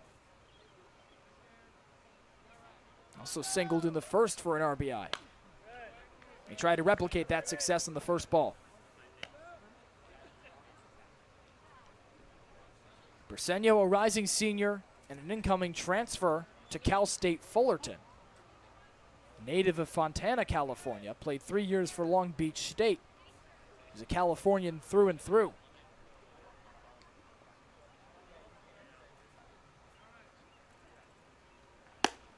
Another California kid atop the bump in Samuel Garwal is a native, Max, of your hometown, San Diego. Yeah, he played at our rival high school. Played against him a couple times. I was riding the bench when that happened, but he was thrown really hard. Played 1 year at Northwestern in 2023. Was an all Big Ten freshman for the Cats. Check swing from Briseño and a strike for Garwal. Look at him get off balance right there. He thought that was the fastball until maybe 57 feet later. Tries to hold up the swing. That's how you keep him off balance. Let's see him play off of that right here. There you see that off speed that sits at 80, 82 miles per hour for the lefty. His 1-2. Nearly hits Briseño, and Brody Briggs chases it down to keep Hakopian at bay. And there's a couple misses in this at-bat where he seems just to be a little bit all over the place. It's tough when you're pitching on the mound when you can't really flirt with the strike zone with the misses, and it's going to make it harder for you to have options against a good hitter like Briseño. Max, what sorts of options do you go to when you feel you can't miss? Well, I think he should go back to that changeup on the outer half because it's looked really good so far. You know, what's working? You got to ask yourself that. 2-2. Slap towards third. Miles Davis to the clutch. And a dig out from Camacho for out numbered 1. It's the second time this game he's done that. Add it to the list of ones this season, Max. Yeah, you mentioned ones this season. I remember against Katuitt, there was one that turned out to be very costly. An infield single because the runner beat it out. That allowed a guy to score from second base. It was one of 8 runs in that game for the Kettleers. Among the higher margins of defeat for Hyannis this season. 2-7-2 in the month of July for the West Division leading Harbor Hawks. Chris Hakopian on second for Will Gasparino. And Gerwal misses the 6'6" righty. Native of Los Angeles, more California on California crime here. He's coming back home to UCLA out of the transfer portal after a couple seasons at Texas.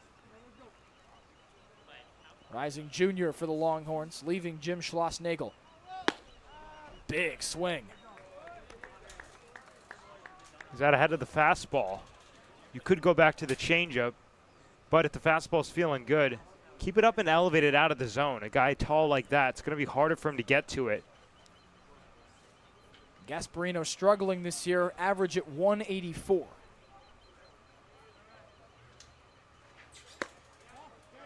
Gerwal can't find his location. He went to the curveball right there. Of course, the 3-pitch mix, as we mentioned, doesn't have a slider to go lateral. So it's really that up and down or heater movement. Wind at the back of the powerful Gasparino.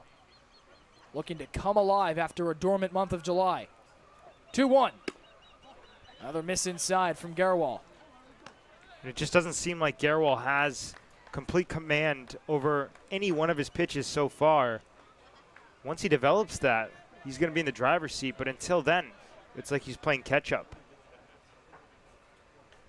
2-year Cape Leaguer in Will Gasparino versus a debut Cape Leaguer in Sam Gerwal atop the bump. And Gerwal walks him. Couple of ducks on the pond for Y-D in the 5th. And free passes continue to plague Hyannis, even if it's not showing on the scoreboard. Yeah, absolutely. And, you know, we hate to sound like broken records, but that's just been the reality of this kind of slump the Harbor Hawks have gone through all since July. It's the errors, it's the walks, it's the hit by pitches, the wild pitches. You name it. They began the month, or at least in the early goings, with 4 out of 6 games featuring 10 or more of those free passes, including errors, walks, and hit by pitches. Already 2 errors in this game for the Hawks, along with a pair of walks. And Will Baker at the plate with Will Gasparino on first and Chris Hakopian on second. Tried to find his 3-run shot there with a big swing. You see 0 for 2 there for Will Baker with a couple of groundouts, both hard hit up to the mound. One fielded by Ryan McKay, the other by Thomas Crabtree.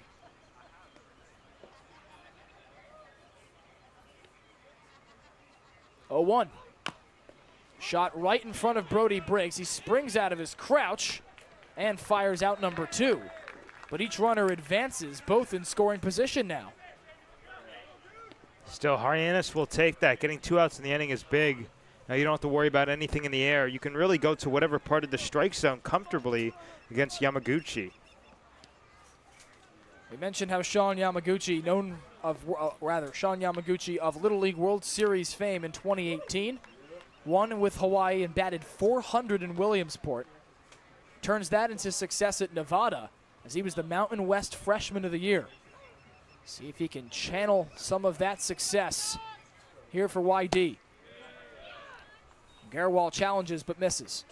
Yeah, Gerwal just doesn't seem to have command over the heater on the inside part of the strike zone. Pretty consistently missing inside the righties, outside the lefties.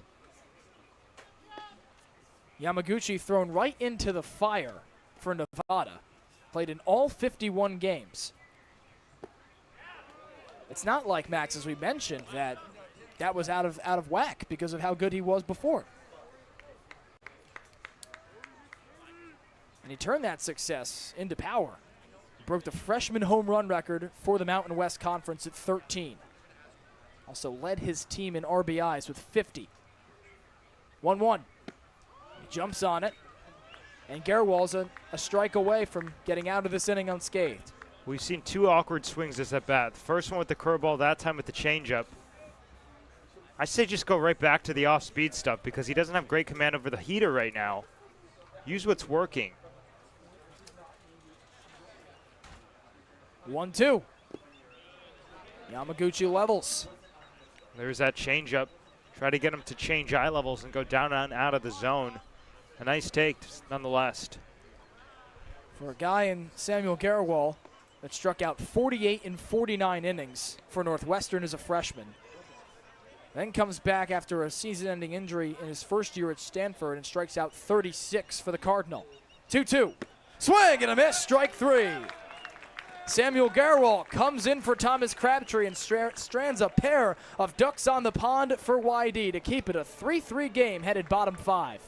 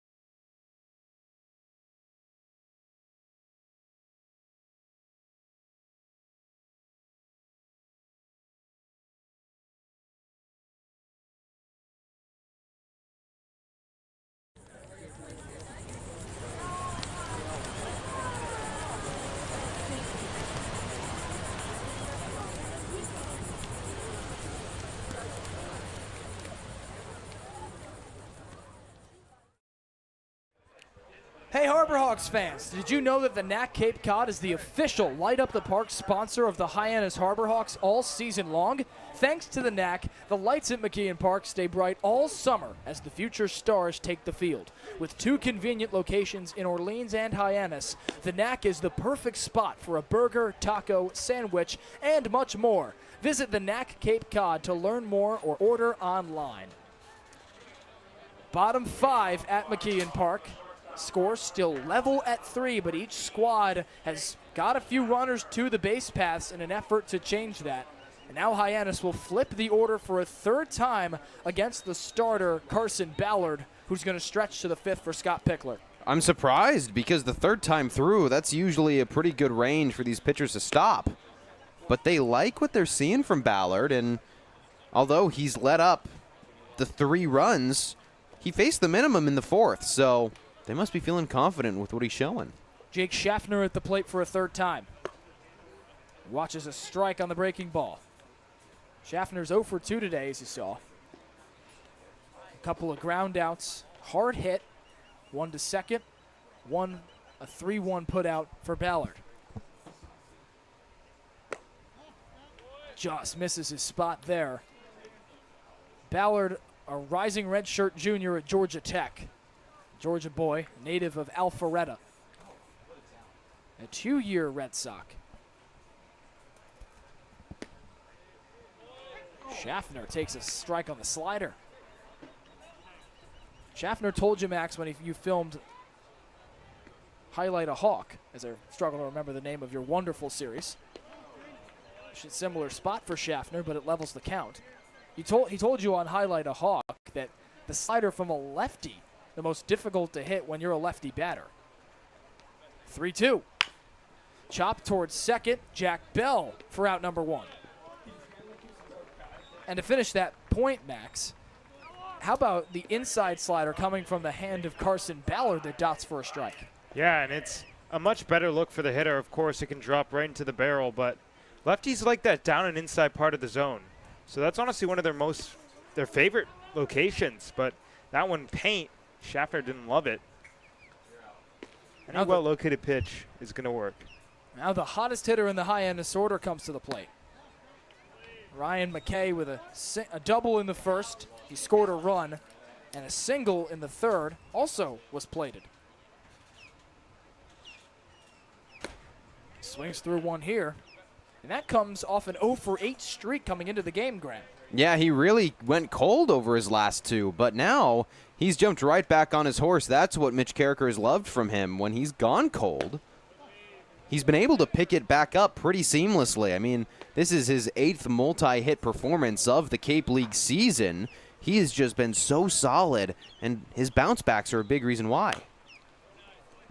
Levels the count with a flare foul. To mention that he works back in it so seamlessly, he broke a 17-game on-base streak on July 2nd. It's his first time not reaching since May 2nd against Oregon. And McKay out of Michigan State shuffles out of that pitch, but reeled off four straight games with a hit to follow that up. And that, of course, precedes the 0-for streak that he entered this game with. 3-2. And McKay works a walk. Stays productive. 3rd straight time reaching for Ryan McKay. We mentioned that his walk numbers were pretty low. He draws his first one in his last 4 games. His last walk came in the 9th against Falmouth. That's only his 5th walk of the season. He just hasn't really needed to use his eye because he's been getting hits. Jace Doby comes up, the DH. Let's see who that Harbor Hawk was among the more difficult this season to try and solve.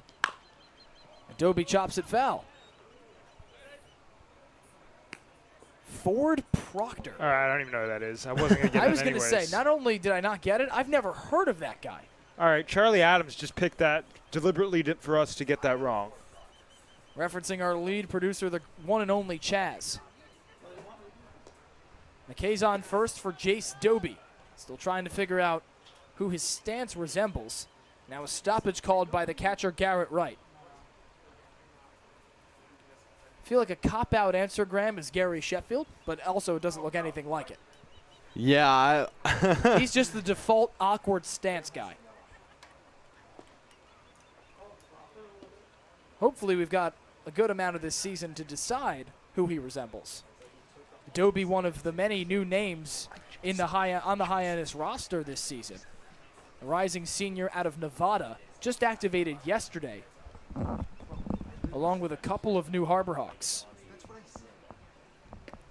He's the only one, he's the most recent activated player in the lineup. That goes along with a pitcher, Connor Kelly out of UTSA, and a catcher, Deaton LaChance, going to Oklahoma from McLennan Community College in Waco, Texas.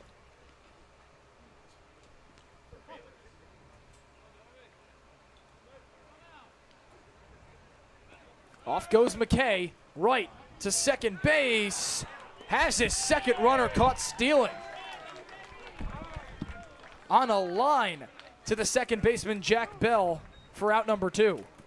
That's the 4th caught stealing of the year for Ryan McKay, and that's been a big struggle with him as he only has 3 swipes, so make it 3 and 5 on the record for him, and it kind of just takes the momentum out of Hyannis' favor. Doby gets it right back with a single up the middle. It's his second single in as many at-bats. And to add on about McKay, he only had 5 over his first 2 seasons at Michigan State. He really did not get caught all that much. Now the hard-hitting Gabe Camacho comes up with Doby on first base. Scott Pickler comes out of the dugout and motions to his bullpen. Looks like that'll end the day for his Georgia Tech Yellow Jackets starter, Carson Ballard. Stretches into the 5th. He's responsible for Doby at first base. We'll meet the new pitcher. It's a lefty on the other side of this break.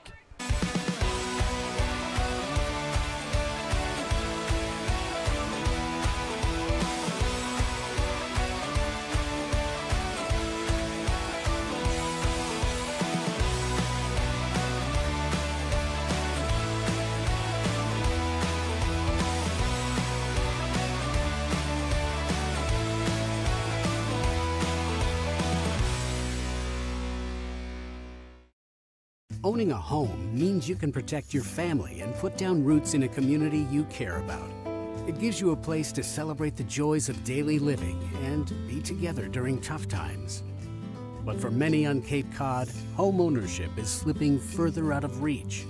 Help make sure the American dream is available to the teachers, public safety professionals, and all the other people who make the Cape a special place. Visit capehousingmatters.org to find out more. New pitcher in the game for Scott Pickler and Y-D. He's going to his UC Irvine lefty Ryder Brooks, rising redshirt junior out of Fountain Valley, California. In his third season with UC Irvine, Brooks put together a solid season, Graham. Yeah, 5.09 ERA, over 69 innings pitched, 20 appearances, 12 starts. So he's kind of been a hybrid starter-reliever. He's only making his third appearance of the summer, however, for Y-D. No starts this summer for the Red Sox. He's not allowed an earned run, but only has pitched 1 1/3. So he hasn't really had that much action, despite this being his third appearance. We'll see how long they keep him out there. This is second summer experience after playing with Danville in the Appalachian League in 2023. Two seasons with UC Irvine, split this time with the Y-D Red Sox. He takes over for Carson Ballard, the righty Max, who put together a very solid outing that stretched into the fifth. He did, and a little bit high in the free passes, more than we've seen from him this season, but so far, of course, responsible for the runner Doby on first, but 4 2/3, 7 hits, 3 runs all earned, 4 walks, which is what came back to bite him in 2 punch-outs. First baseman Gabe Camacho digs in with Jace Doby, the DH for Hyannis, on first base. Jake Schaffner grounded out to start this bottom of the fifth. Ryan McKay walked after that. Was caught stealing a moment ago by Garrett Wright. Miles Davis waits on deck. And a good start for Ryder Brooks. Camacho's got a double in this game, an RBI to tie the game at 1 as Ryan McKay doubled in the first inning, then grounded out in the third. He jumps on the breaking ball. This infield's got him shifted to pull. That's where he's deposited both balls he's hit today. Of course, one on the ground, the other an RBI double.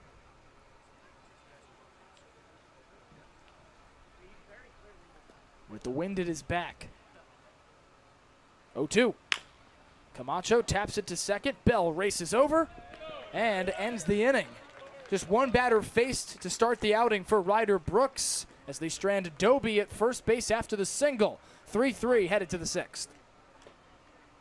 At the Mass State Lottery, we know there's no bigger win than the $1 billion we provide each year to support all 351 cities and towns in Massachusetts. Now that's how we all win. The Mass State Lottery. Welcome to the state of winning. This week we've been working a lot with doing play-by-plays, just doing behind-the-scenes stuff with sports broadcasting, which I never really realized how much went into it, but it's been really cool. They've grown a lot. I've never really done like a program like this before, so like seeing all the behind-the-scenes has like really grown. I've learned how to really just gain confidence in my play-by-play speaking, and I've learned more terms here when it comes to directing and producing. And I've just had a great time with John Rook. Doing the play-by-play stuff and all that, being with a guy like John Rook, understanding what like the major kind of entails of doing this camp, just really a preview for what you do here at Dean or any other college doing broadcasting. So I'm definitely more prepared to make this a job of mine.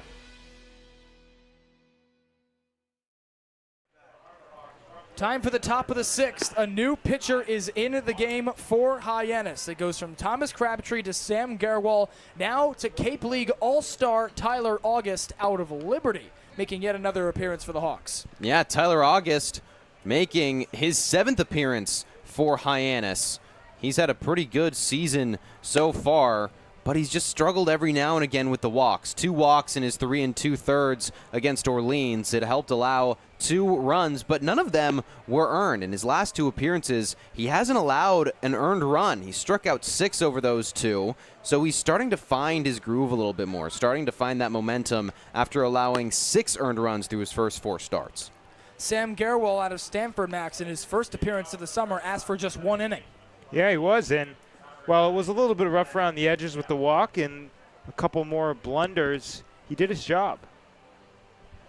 And now as we start the top of the 6th in this 3-3 ball game, Jack Bell comes to the plate, but let's beat D-Bot on the Harbor Hawks Baseball Network. D-Bot a game shy, or rather a win shy of 500 on your season record. We've got a tough one for you tonight, though. Yeah, you know, I'm ready for it. Man, I'm missing that hair. I got a haircut, and yes, that hair on the graphic, I'm really That could be one of the only remaining evidences of the flow, D-Bot. for now. It'll come back with vengeance. First pitch for Tyler August is a strike to Jack Bell. Your player is Armando Briseño of Y-D. He is an incoming transfer to Cal State Fullerton. What's the mascot? Oh, this one's easy. Come on. Oh, I know it is. This one's easy.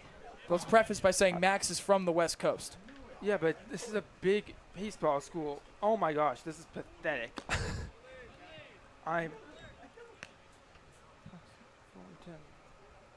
Did they make March Madness a few years ago? Would you like a hint, D-Bot? Sure. Never say no to a hint. Shares the name. August misses outside 3-1. Rather inside. Shares the name with an NFL team. Oh, I was thinking the exact same thing. Jeez. All right, give me a second. Does make it a lot easier. Let's give him an asterisk if he gets it. No. That at-bat looked easy for Jack Bell. He works a 5-pitch walk to start the inning. We're not giving an asterisk if I get it. I'm the one who's adjusting the graphic. Executive power from Daniel Bottolino. Yeah. Some of you didn't know his full name. Did they really? Oh, good callback. My bad. Oh, took me a minute. Garrett Wright comes to the plate with a runner on first. Infield shifts the righty to pull. This is going to be so bad. Broken bat flare to Miles Davis. Second for one. McKay on to first in time. So while D-Bot deliberates, the Harbor Hawks are out here turning double plays. 2 outs in the 6th. Well, it wasn't hit hard at all, so, you know, Miles Davis had to hurry. How about taking it around the horn? All right. Golly. Gosh, there's got to be a shot clock on this. Is there an answer in our future? Someday there will be. He just loves being on air. He's stalling. No, I genuinely don't know this one. And let's see. The inning may end before you come up with an answer. Say an NFL mascot. The Broncos is what's coming to my head, and I know it's wrong. But we'll go Broncos because you guys need me off air. A.J. Nessler fouls the first pitch back, and the answer is the Titans. Kind of like the ones that are in Tennessee. You know, I need this All-Star break coming up. I need this All-Star break bad. Not for my job, but for beat D-Bot. So. Record drops to 10-12 with only a few games remaining before the break. That was beat D-Bot. Good for second place in the West. The longest one of the season on the Harbor Hawks Baseball Network. Nessler with a level count. Swing, get a miss. Healthy cut at August's fastball. August doing a really good job responding after the leadoff walk. Gave Garrett Wright a low pitch to just ground right over to Miles Davis. A really well-executed breaking ball in the low part of the zone, and now the fastball's up there. On the check swing, Nessler stays alive. That fastball from August sits 95-97. It's clocked as high as 98 miles per hour this season for the Liberty Flame. 2-2.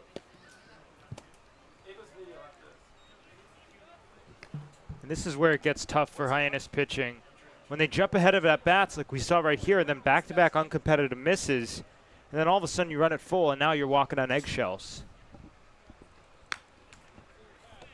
Nessler in attack mode there. Nessler, as you saw during D-Bot's long wait for an answer, has got a double tonight, reached on an error, flew out his last time up in the 4th. 3-2.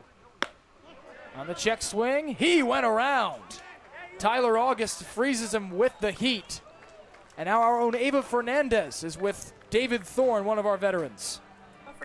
Ava Fernandez alongside David Thorne, a veteran tonight for Veterans Night here at McKeon. And what does it mean for you to be on the field for the Well, it means very great. I'm very glad to come here tonight. And so I could see a game with the local teams. Yeah, and what has been your favorite part about being at McKeon Park? McKeon Park, well, I had never been, well, I've been here once before, but I'm glad to see that it's still going great. Yes, very pretty, very good very park. nice. And it's veteran night tonight. What is something that you're grateful about being a veteran? I'm very grateful to be able to come tonight. Yes. And I'm very great to be the 101. Yes. Oh, well, thank you so much. Thank you so much for your service. It means so much to everyone in the United States. Well, I'm glad to be here. Glad to serve. Yes, thank you. And thank you so much for coming out to McKeon tonight. Oh, great. Hey, it looks great. Keep it up well. Yeah, great. Yeah. I'm happy. All right. Well, thank you guys. Bye-bye. Bye. Back to you guys. Thank you, Ava, and thank you, David, for your service at 102. Still showing up at Harbor Hawks games.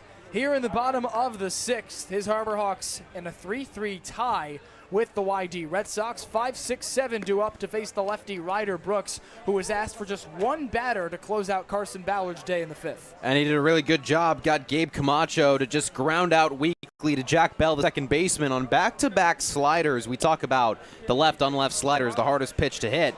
And even though there are more righties in this lineup than usual right now for Mitch Carricker, there's still 6 of the 9 batters standing in the lefty's box. So this matchup, this Ryder-Brooks left-handed matchup, is really going to favor Y-D. I'm honestly surprised that they didn't throw a lefty on the mound there to start with, because that's what a lot of teams have been doing against Hyannis in the month of July. I think that's a big reason why Hyannis hasn't had as much success at the plate. First ball to Miles Davis, misses the outer corner. Carson Ballard didn't mind being a righty. 4 2/3. He does allow 7 hits, 3 runs, all of them earned. But he keeps a Hyannis offense at bay. Miles Davis pops it into right field. Nick Costello for out number 1.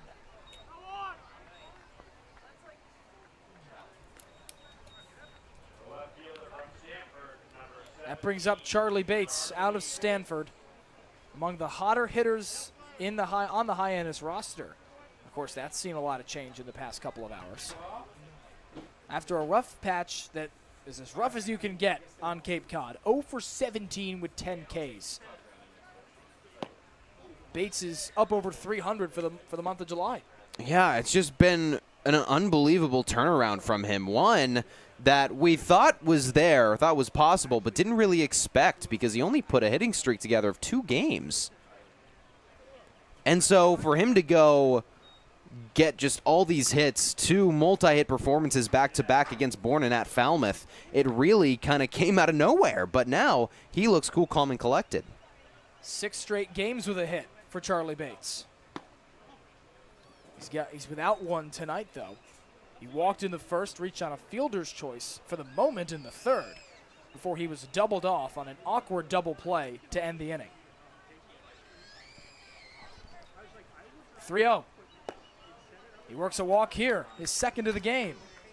And Bates' resurgence, I should say, kind of sets the tone for Hyannis. Like, they still have time to turn this around, and I say that they still are technically in first place in the West, but I mean, just playing a better brand of baseball, because I'm sure it's not going to stick like this. The West, there's going to be a team that's going to emerge and play some really hot ball towards the end of the season.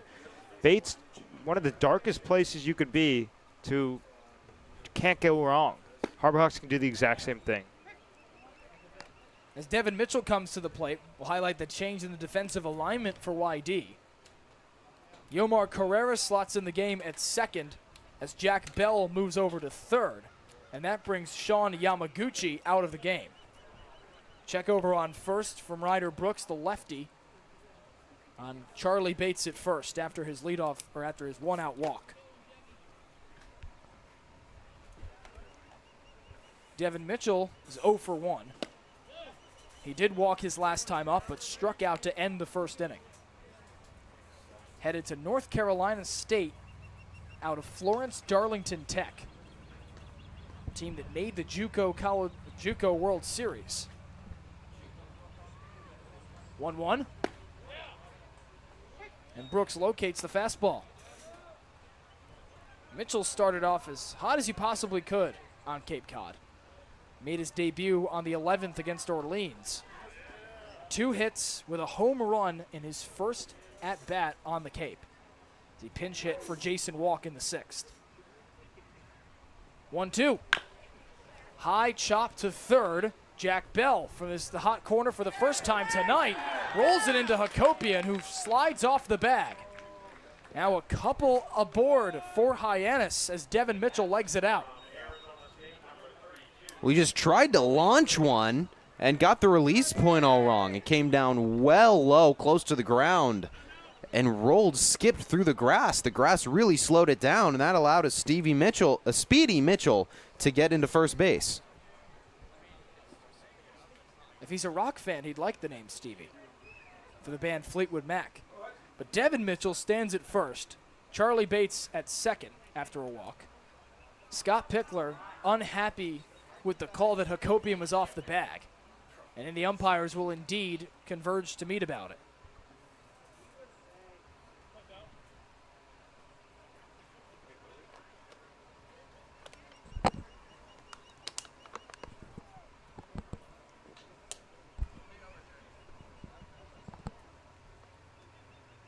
The home plate ump J.C. Fernandez leads the meeting, along with Sam Finn at first, Marvick Gomez at third.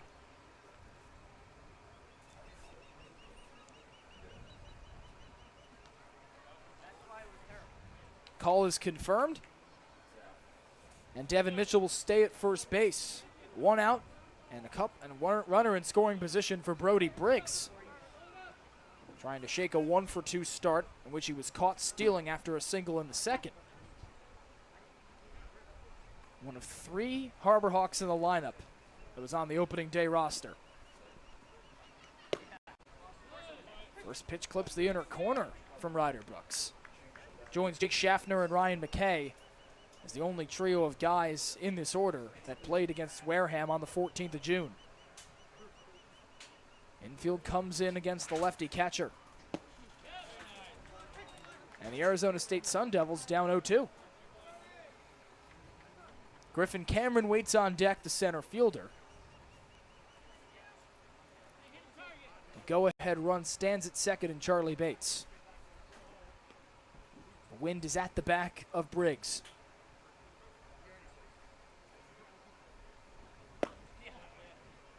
Brooks nearly had himself a 3-pitch strikeout.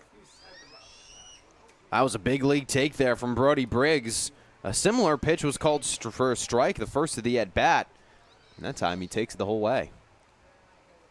Briggs has worked walks in similar spots before and checks at the breaking ball. Not enough to even induce the appeal. At Chatham on June 17th, he worked a crucial walk with 2 strikes and 2 outs in the 9th, a game that Hyannis would tie after 10 innings. 2-2. Right down Broadway. It's his first strikeout of the frame for Ryder Brooks. And a big one at that, Max.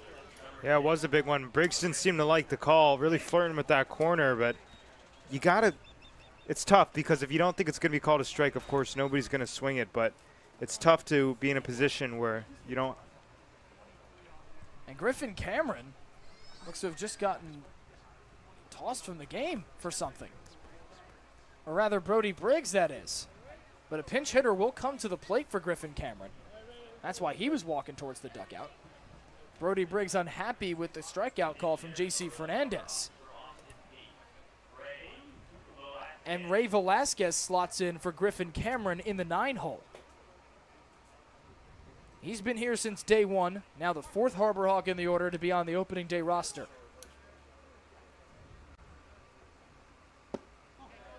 Watches the first pitch breaking ball from Ryder Brooks.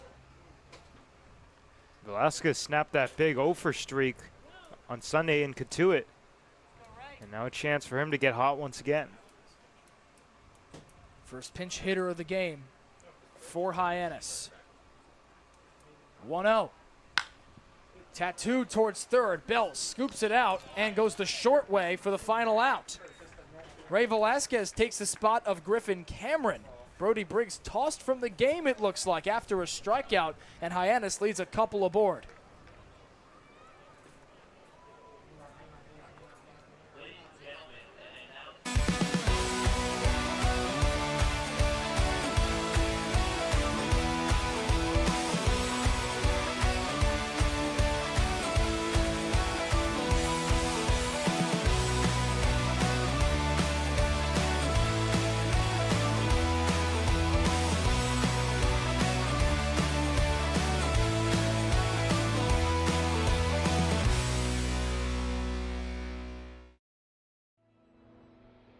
Your future begins at Dean College. Make a difference.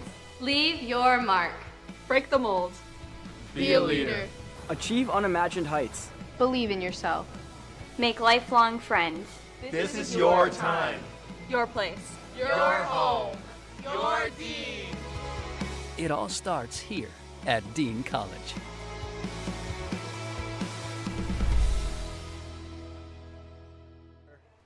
Through 6 frames at McKeon Park, you see Brody Briggs on the screen there, meaning he was not tossed from the game as we suspected up here. Looks like it was just odd timing as Griffin Cameron was pinch hit for. Ray Velasquez came into the at-bat as Briggs continued to discuss with the home plate umpire J.C. Fernandez about that strikeout call in the 6th. And Mitch Carricker came out as well to have a word with the home plate ump, and so Briggs remains in the game. 3 scoreless frames in a row after a track meet started the game through 3. We remain tied here, Graham, and both these teams showing that their offenses are sporadic at best. Yeah, that's really been all of July. Hyannis kind of middle of the pack in batting average this July, and Y-D at the very bottom of the list. And for Hyannis, it seemed to only get worse as of late, but tonight they've kind of put on a bit of a show that we haven't seen from them as of late. Nick Costello squares and bunts it foul. 2, 3, and 4 due up for Y-D. Among the toughest outs in this order, and Chris Hakopian waits on deck with hits in each of his last 2 at-bats.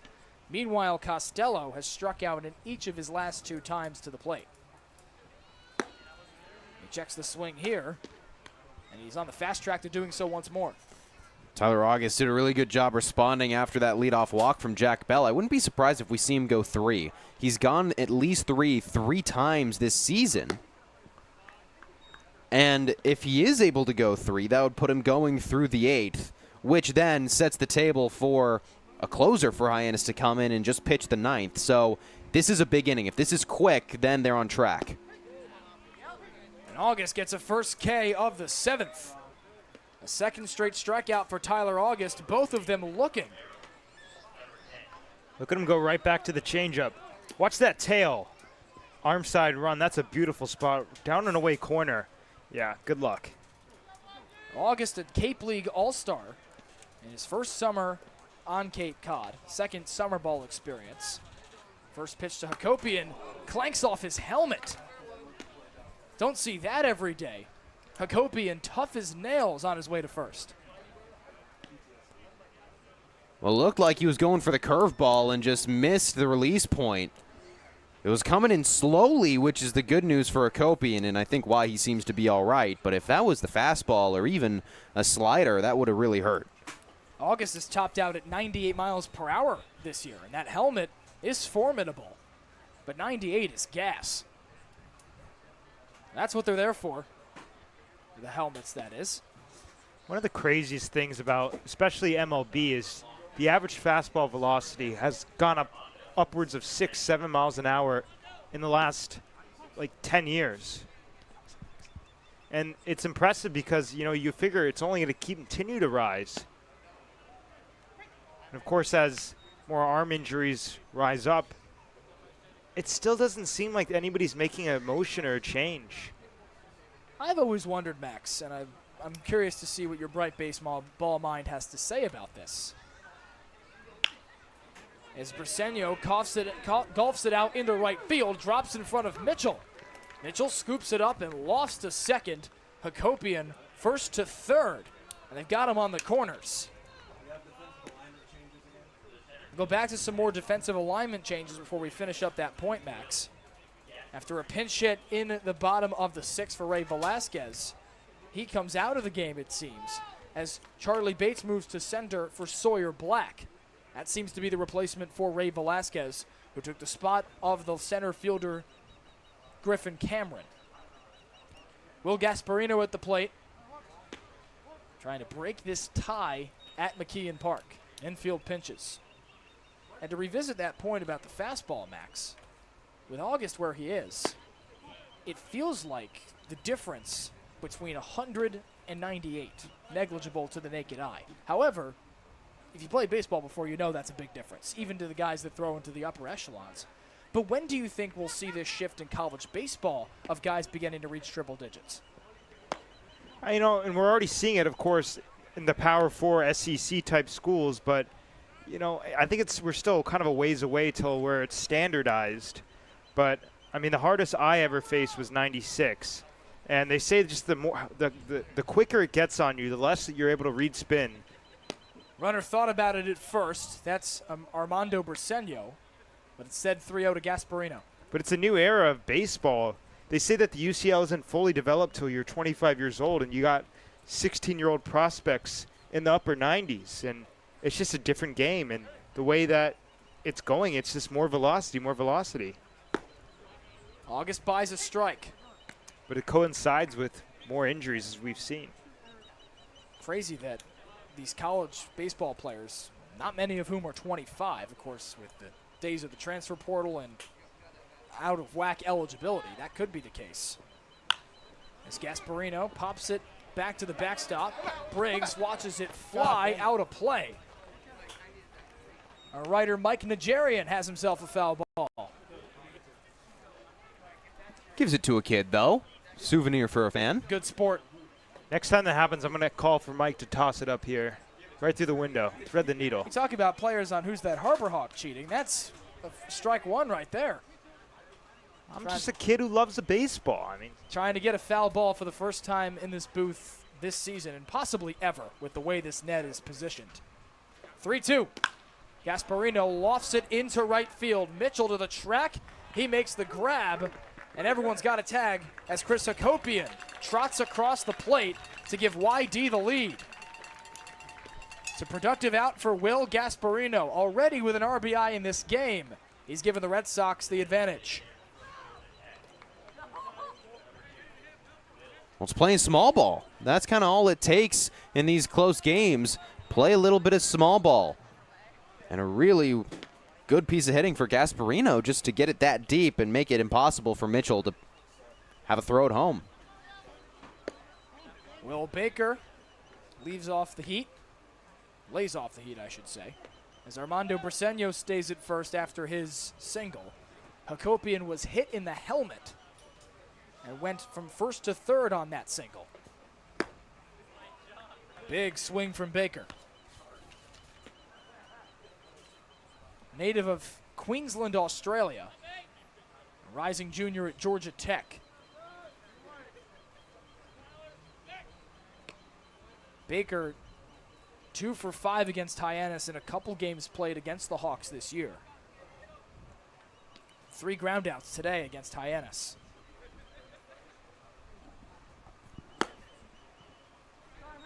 And there we see some of the aggressiveness that Y-D has brought in this game, Max, that's got them ahead. Yeah, and especially just revisiting the hit by pitch, it just magnifies the free passes because if they're going to be able to expand the zone, but you don't give them the opportunity to with free passes, it's costly.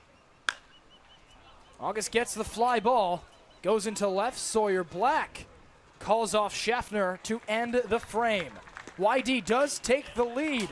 A hit batsman of Chris Hakopian proves costly for the all-star Tyler August. And Hyannis will try to get it back as we stretch on the Harbor Hawks Baseball Network.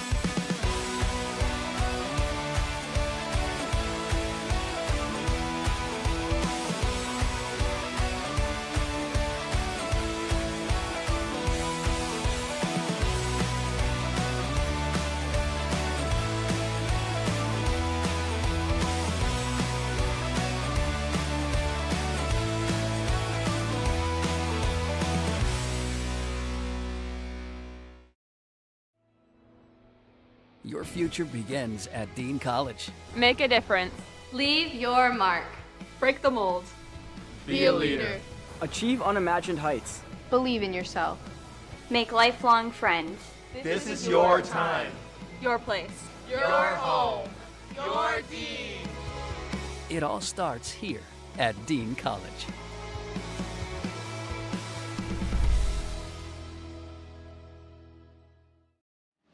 Cape Cod 5 is proud to be the official banking partner of the Cape Cod Baseball League. Cape Cod 5 offers a broad range of financial products and services tailored for every stage in your financial journey. Reach out to us. We're here to help. Get ready for big results with our small machines. With more power, performance, comfort, and savings.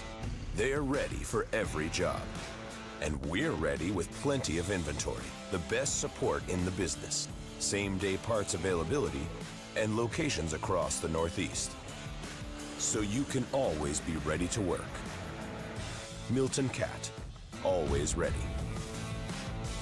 If you can dream it, if you can cruise in it, if you can summer in it, fish from it, or take it for a day at the beach, we can protect it. The Baldwin Group, protecting the possible.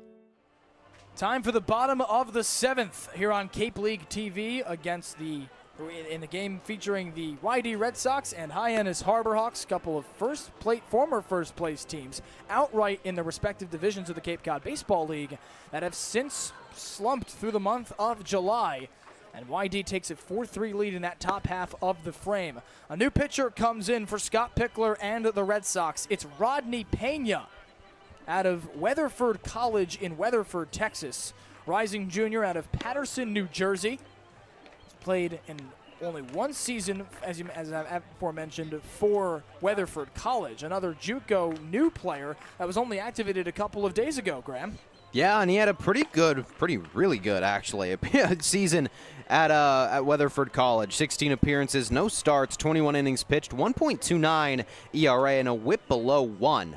39 strikeouts to go along with it, 8 saves. This guy was an absolute stud, and now he's trying to take his talents to the next level, making his 3rd appearance of the Cape League summer.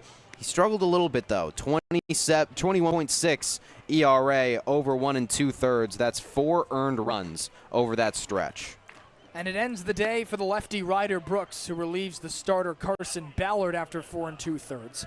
Brooks stretches an inning and a third, 1 hit allowed, no runs on the register with a walk and a strikeout. And that's after Ballard, Graham, puts together what could be his best performance of the summer.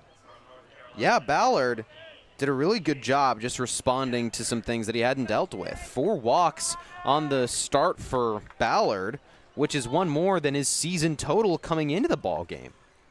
Top of the order to the dish to face Pena for a first time, beginning with Jake Schaffner. Fastball on the outer corner for Pena. Let's go around the league here on Cape League TV. See what everyone's up to in this decisive crunch time during the Cape Cod Baseball League summer. Schaffner taps it to second. Yomar Carreras with his first play since replacing Jack Bell. We'll flash that back on around the league. Revisit the scores from out of town. Wareham on Hyannis's tail in the West Division. A narrow lead over Brewster in the last frame. Falmouth is also on Hyannis's tail, just doesn't want to take the division from the Harbor Hawks. Both those teams with losing records. A lot of parity in the Cape Cod Baseball League this summer. Ryan McKay shows bunt.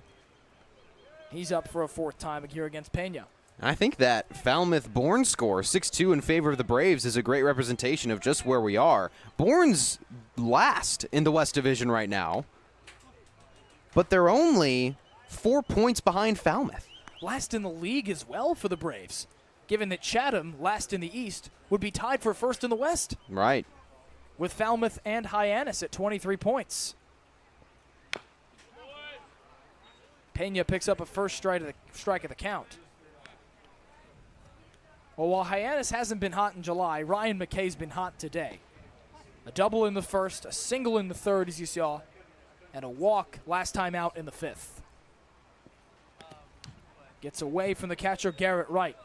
Yeah, he's been unbelievable. He's sending it both ways. He blooped one down the left side, pushed one down the left side, and then also put one right back up the middle on that single. And his double just kind of nestled over on the third base side. It was just, he's seen it so well. Healthy cut there at the fastball from Pena. We've talked about ad nauseum, Graham, how Ryan McKay is able to adjust after adversity. He comes in with that 0-for-8 streak in his last 2 outings against Wareham and Catuit. And he erupts as he has in this game. Here's a second straight walk for the Michigan State Spartan.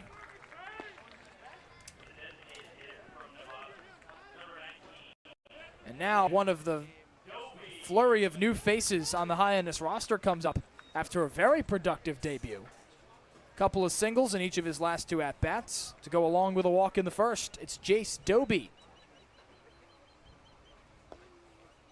Looking to claw that run back that Y-D stole in the top half of the frame. The infield pinches. And Pena dishes the strike. Doby, there was a lot of excitement about him because he was unbelievable at Nevada. Second in the team in doubles with 16. He had a really, really good season. Second best batting average at 339. So he's just a stud at the plate. The one thing that maybe you can dock him for is the strikeouts. 30 strikeouts over his season with Nevada, only 21 walks. So that's what he's going to be working on here, I'm sure, is trying to decrease the swings and misses. Hard hit into left field, and Nessler chases it down as McKay goes to second base. Keep the 1,000 average for Jace Doby. For a guy with 65 hits, as you mentioned in that last spring, Graham. 65 of the 75 career hits come last year for him. A guy that has 23 multi-hit performances for Nevada. Yeah, he's just so good. He sees the ball so well. 7 home runs to go along with it, 36 RBIs. He was constantly at the top half, even top third of the batting order for Nevada. And it's because you got to give him at-bats. This is what he can do, 3 for 3 with a walk. Pitching coach Jeff Pickler out for Y-D. Scott Pickler's son spent some time in MLB, to be precise, 8 years as a big league coach for the Cincinnati Reds and Minnesota Twins.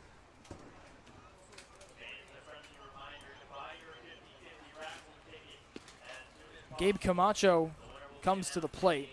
A couple runners aboard for Hyannis for the 2nd consecutive inning. They've got him on 1st and 2nd. Brody Briggs struck out and Ray Velasquez grounded out to strand Charlie Bates and Devin Mitchell in the 6th. And now it's Ryan McKay aboard 2nd, as you see there.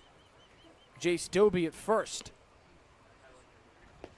And to continue about Doby, Graham, a guy that has finished each of the last 4 seasons of college and high school baseball with an average over 330. Remarkable stuff. Gabe Camacho tattoos one down the right field wall. Will it stay fair? It will not. That's what we've seen from Gabe Camacho in batting practice. That sort of loud crack off the barrel.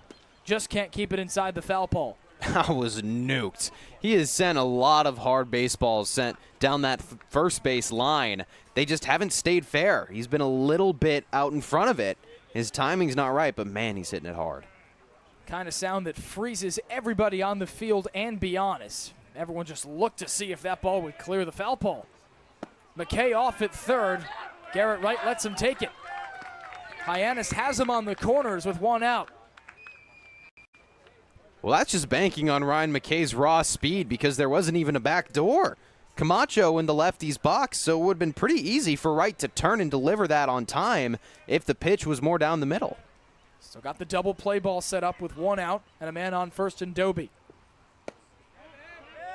Camacho waiting for his pitch so he can levy one of those swings again. Yeah, something around the middle, even upper part of the zone is where he can really feast. He doesn't try to gulf him out too much. He waits for that pitch down the middle, but that's why the breaking ball can be so effective against him. Pena's 2-1. And now a favorable count for the UC San Diego Triton. Yeah, usually that 3-1 count they'll say is the green light pitch. We could see a real big swing at this if it starts anywhere near the zone. It might break away, but if it starts there, Camacho could swing. Clips the knees. And Pena runs the count full. Camacho without a home run this season. He hit 7 of them for UC San Diego. Off goes Doby at 1st, and Camacho works the walk. Bases are juiced for Hyannis in the bottom of the 7th. That's just discipline at the plate. Camacho clearly was going into that at-bat wanting to draw a walk, wanting to just get himself over at first. We didn't really see many swings, if any at all, after that first pitch that he took for a ride down the first base line. That was very, very mature. Miles Davis digs in. It's as golden an opportunity as he's had in 2 games. Shuffles out of the way of that one from Pena. Y-D does have a righty warming in the pen, as does Hyannis. Tyler August currently in the game for the Hawks. McKay at third, Jace Doby at second, Gabe Camacho at first. And Davis chops it to the second baseman, Carreras, on to second and to first for a couple of outs. A huge double play for Rodney Pena. Keeps it a 1-run game. We head to the top of the 8th in a tight one again. You can make any bat feel lighter by adding a velo puck knob. Instead of having to go get a whole entirely new bat, you can simply add the puck to it. Players can use this with any bat. It's basically going to shift the weight of the bat a little bit more towards the hands. Players are able to hit the ball a lot harder just by simply adding the puck on.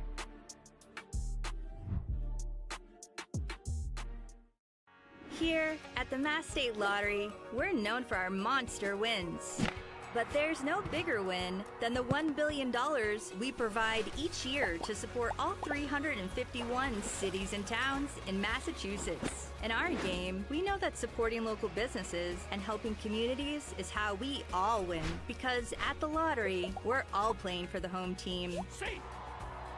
The Mass State Lottery. Welcome to the state of winning.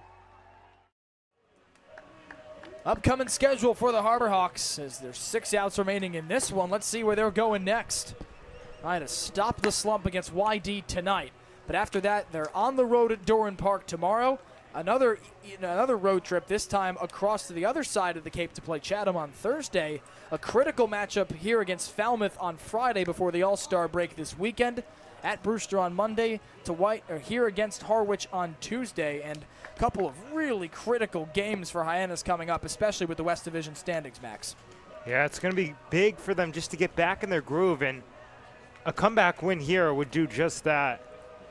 You know, sometimes Hyannis has played up to their competition. Of course, Y-D atop the East, and they played largely well against these Red Sox, even despite playing in sort of at the start of that slump. Tonight, still playing really solid, but down 1. Take just at a microscope, Graham, the last 2 games between these teams. A 2-1 Y-D win on the 4th, a 3-2 Hyannis win on the 3rd. That's to go along with a 5-4 Y-D victory on the 29th with a walk-off single from Avery Ortiz. Seems like that Hyannis, as Max said, just plays up to these Red Sox. Yeah, well, when they first played, these were the 2 best teams in the league. I mean, there was no better matchup than Hyannis and Y-D early parts of July, late parts of June. But today, I would say that's absolutely right, that they are definitely playing up to the level of Y-D because the Red Sox have been so much more solid than Hyannis throughout July, especially after that July 4th stretch. And so it's impressive. I think it's a good sign. The important part for them is they can't play down to competition as well, which is something that we've seen. The beautiful sunset as his backdrop. Mitch Carricker's closer Ryan Speciak toes the rubber. Goes all-star to all-star with Tyler August now giving way to a fellow right-hander. First ball to Yomar Carreras, clips the outer corner. Carreras pinch hitting for Sean Yamaguchi after 3 at-bats for the third baseman.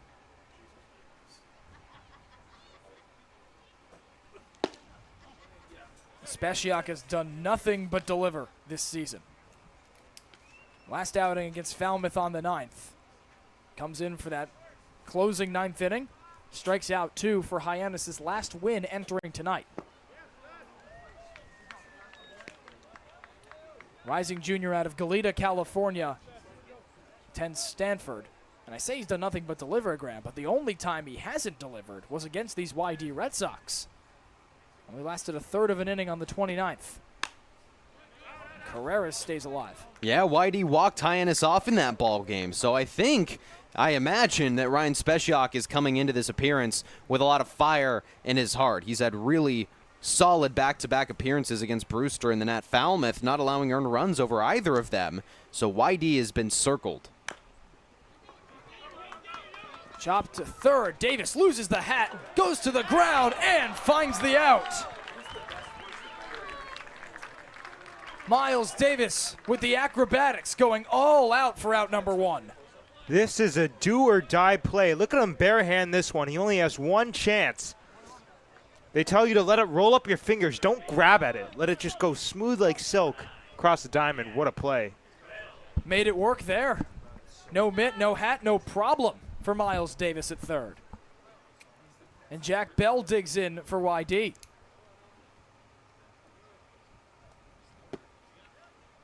That's got to be so helpful to a pitcher, whether you're Ryan Spechiak or a junior varsity pitcher. Well, it sets the tone for the rest of the inning.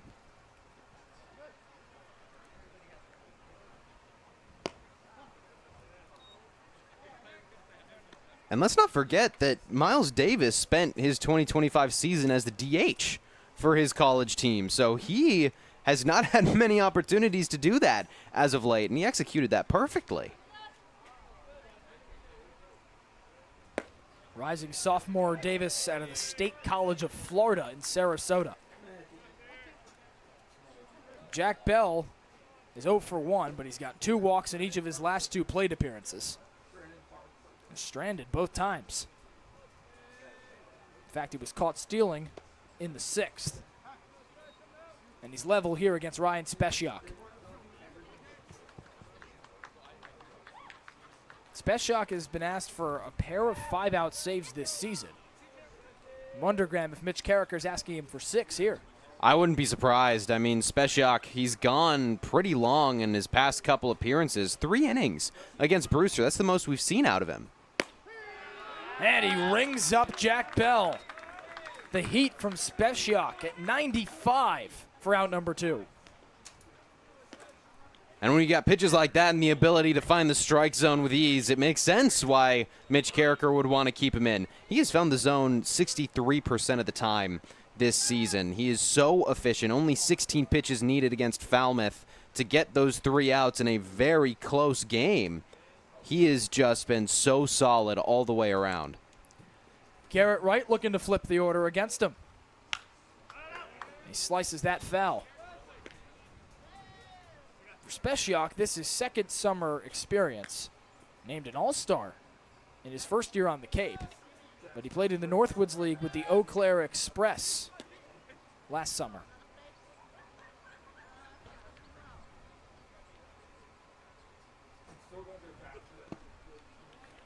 And for Garrett Wright, trying to shake a 1-for-3 day at the plate. Only that double in the 4th, and he was stranded. And he grounded into a double play back in the 6th, so it kind of went from a high to a very low for him. The catcher for Y-D pitchers tonight with a healthy swing there, and Spechiak's a strike away.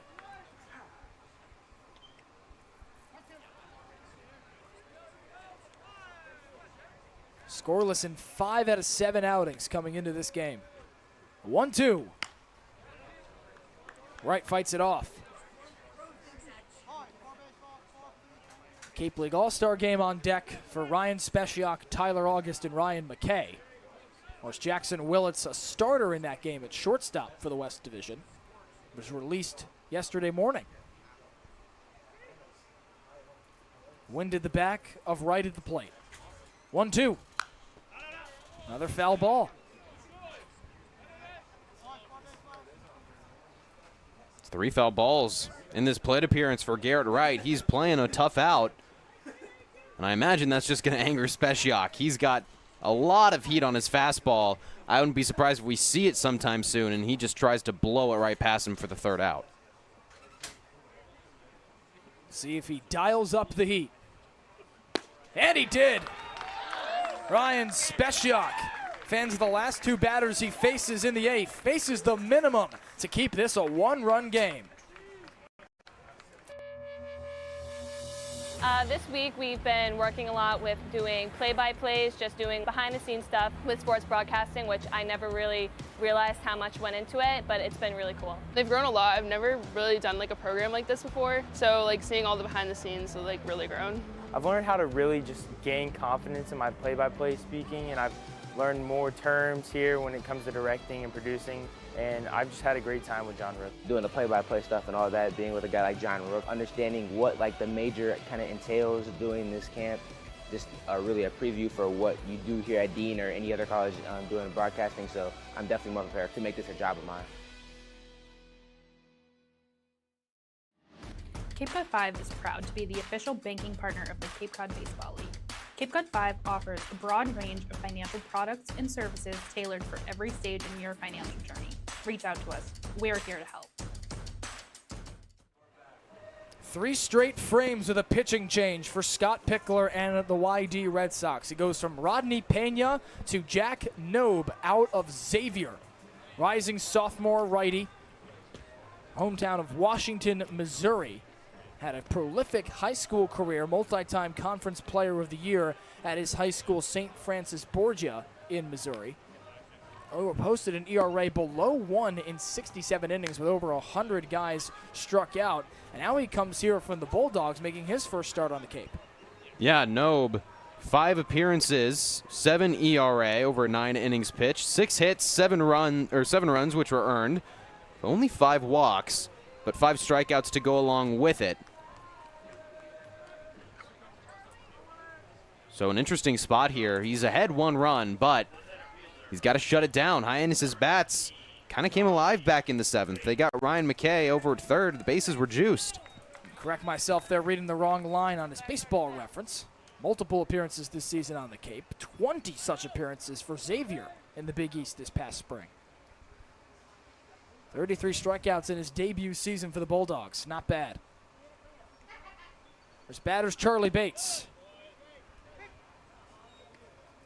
2 walks today for Bates with a fielder's choice, so yet to record official at bat. Started a pseudo rally in the 6th before he was stranded. Now we've mentioned it all night, Max, how hot Bates has been over these last couple of games after a really terrible slump for him. And yet, it just seems like it's being wasted tonight. Yeah, it's tough, and that's why you want to have as many guys as possible. He golfs this one to 3rd. Jack Bell out number 1. Well, what I was saying is just as many guys as possible executing at the plate. You know, the new guy, Jace Doby, having a good day at the plate when some of your mainstays struggling. So just kind of getting back to that out of sync that we've been talking about. Here's one of those new guys that Max mentioned. Devin Mitchell, right fielder, headed to NC State.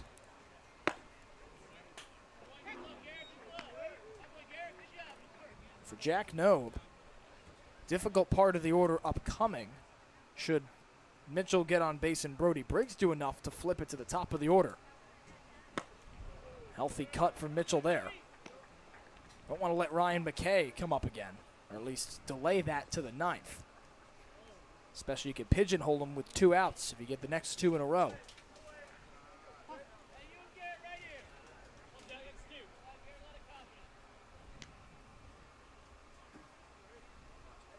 Oh, 2.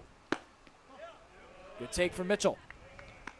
Well, the best thing that Y-D can do right now is have a quick 8th inning, suck all the sails, or the wind out of Hyannis' sails, because they were moving quickly back in the 7th, but right now they kind of look down and out. Mitchell fighting everything. It was from Carson Ballard does Y-D to start the game. He stretches 4 2/3 for Scott Pickler. And Ryder Brooks, 1 1/3. Just 1 inning from Rodney Pena. And now Jack Nobe will be asked for who knows how many outs. He was ahead 0-2 and then 3 competitive misses, nowhere close. All Hyannis needs is a base runner just to get the tying run on. Full count delivery. Swing and a miss, strike 3. Mitchell chases the fastball and 2 quick outs for the Y-D righty. These 2 teams entering the game, Graham, come in with the least strikeouts in the league. Y-D strikes out less than anybody in the league. Hyannis a shade above them. Hawks have only struck out 4 times tonight, while the Sox have struck out 7.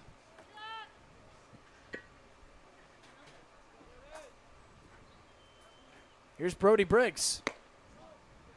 An eventful night for him. Thought he might have gotten tossed after an odd exchange right by the righty box after he struck out in the 6th.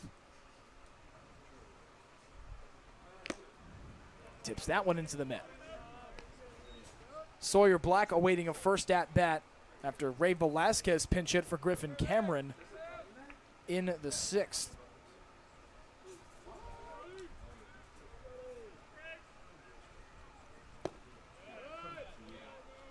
And Brody Briggs, we mentioned one of 3 Harbor Hawks on the opening day roster in tonight's lineup.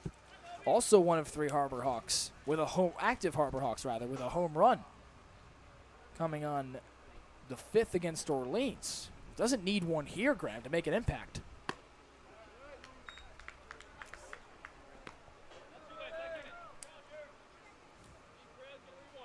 Briggs at Arizona State, rising junior, a native of Tulsa, Oklahoma. Heavy infield shift to pull for the lefty.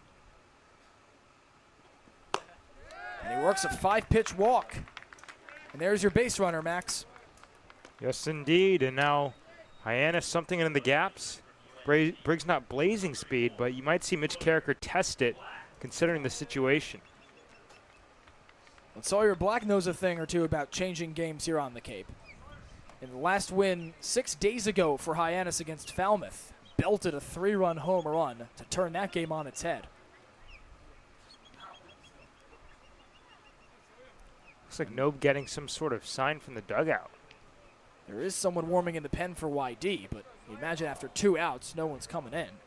Garrett Wright initiates the meeting of the minds.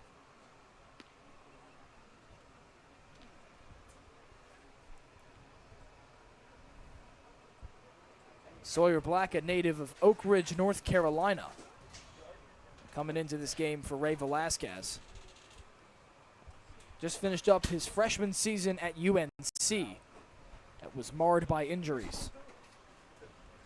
Or rather, an injury that kept him out for nearly 30 games to his hamate bone in his lower hand where the wrist and the pinky meet.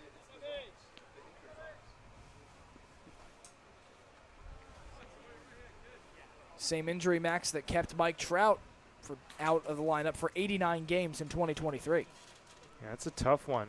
Really common in switch hitters specifically. Black, a natural lefty, who came back to play for UNC in the NCAA regionals against Arizona. Briggs thought about going. He creeps back to first as Black takes a first pitch ball from Jack Nobe. 9 hits for each side tonight. 2 errors for Hyannis to Y-D's none. Black skies it to third. Long run. Jack Bell parks in foul territory for the 3rd out of the frame. 1 above the minimum for Jack Nobe to keep this a 1-run game in favor of his Red Sox headed to the 9th.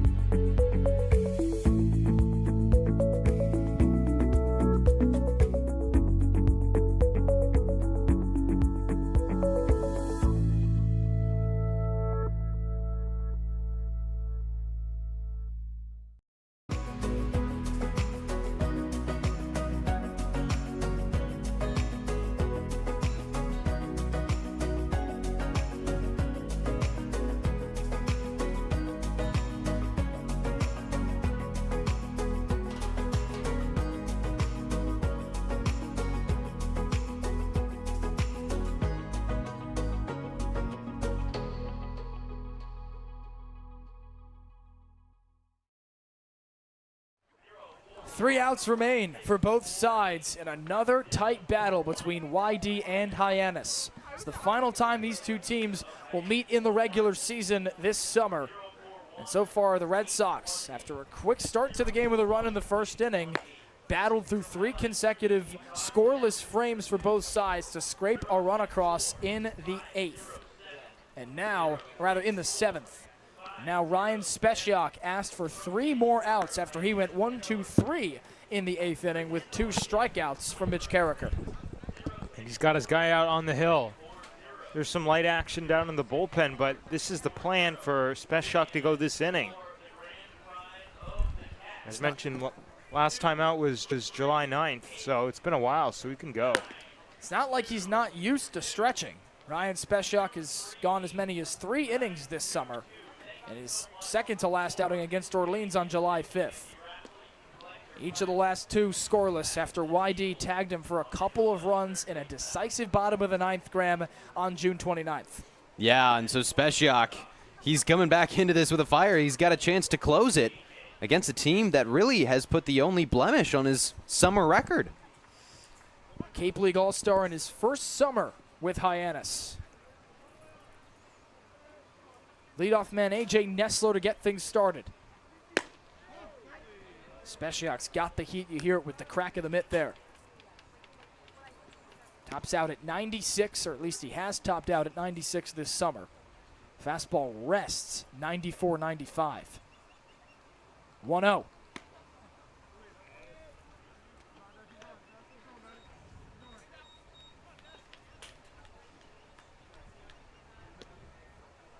Speciak looking for save number 4 if his offense can get it done in the bottom of the 9th.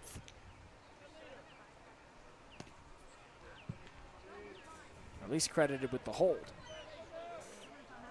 As Nestler comes to the plate for a 5th time. Double to start the game. He scored a run off Armando Briseño's single. Reached on an error in the 3rd, but flew out and struck out in the 4th and 6th respectively. 3-0. He works a walk here, reaches base for a 3rd time to start the 9th. This broadcast is a copyrighted production of the Cape Cod Baseball League. Any unauthorized duplication, retransmission, or other use is strictly prohibited.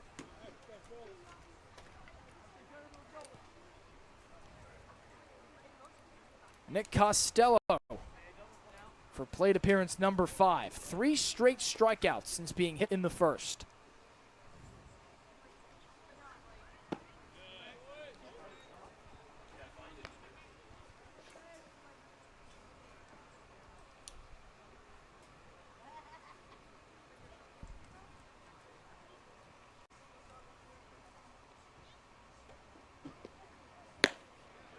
Healthy cut from the senior out of UC San Diego in Nick Costello.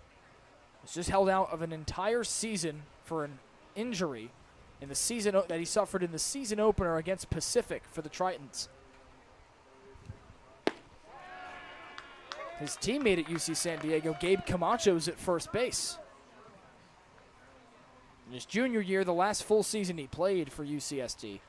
All Big West honorable mention, only Triton to play in every single game, with 50 starts in right. He starts there tonight for Y-D, and he strikes out for a 4th straight time here. Speciak's got his 3rd K. That was a beautiful pitch mix to get it done. Speciak delivered 5 straight balls and really couldn't find the zone at all. So he goes high heater, gets Costello to swing through it, then goes right back to the fastball, right down the heart of the plate, and then mixes in the breaking ball to get Costello to swing right through it, thinking he was going to get a 3rd straight fastball. Chris Hakopian jumps on the first pitch. Camacho into foul territory. He can't make the basket catch in front of the bullpen. Long run for a couple of Harbor Hawks. Devin Mitchell and Ryan McKay joined him. A long first strike for Chris Hakopian. Yeah, it was a tough play. Kind of had his momentum in his back going the exact opposite way, so had to take an awkward route looking straight up at it, and it was just in no man's land down that right field line. Hakopian's had himself a productive night. A future Texas A&M Aggie with a couple of hits, a hit by pitch in the 7th. Came across as the go-ahead run in that frame. And Graham, to your point about Speciak dialing it back in after a couple of misses, despite his all-star season, it's not like we haven't seen him struggle this year. Yeah, he's shown that he's human, and specifically against this Y-D team. 2 hits, 2 runs, ended the ball game. At key pieces that he typically works back into it. Especially true of the 3 innings he stretched against Orleans. Did allow a trio of hits in that game, but struck out 3 as well and kept the record scoreless. Nestler at first, Akopian at the plate. And the batter up 3-1. Akopian was hit in the head his last time at the plate. Clanked off of his helmet. And Briseño, who waits on deck, brought him home. 3-1 delivery. Akopian lifts this high into right. Devin Mitchell, out number 2. And a big one at that for Ryan Speciak.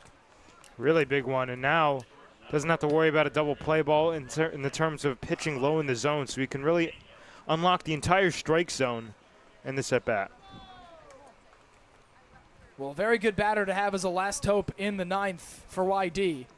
Armando Briseño is 3 for 3, with 3 RBIs of the 4 runs for Y-D, to go along with a walk in the 5th.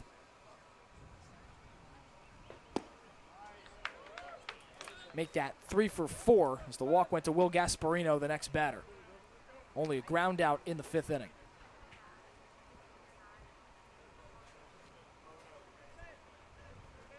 Briseño headed to Cal State Fullerton out of Long Beach State.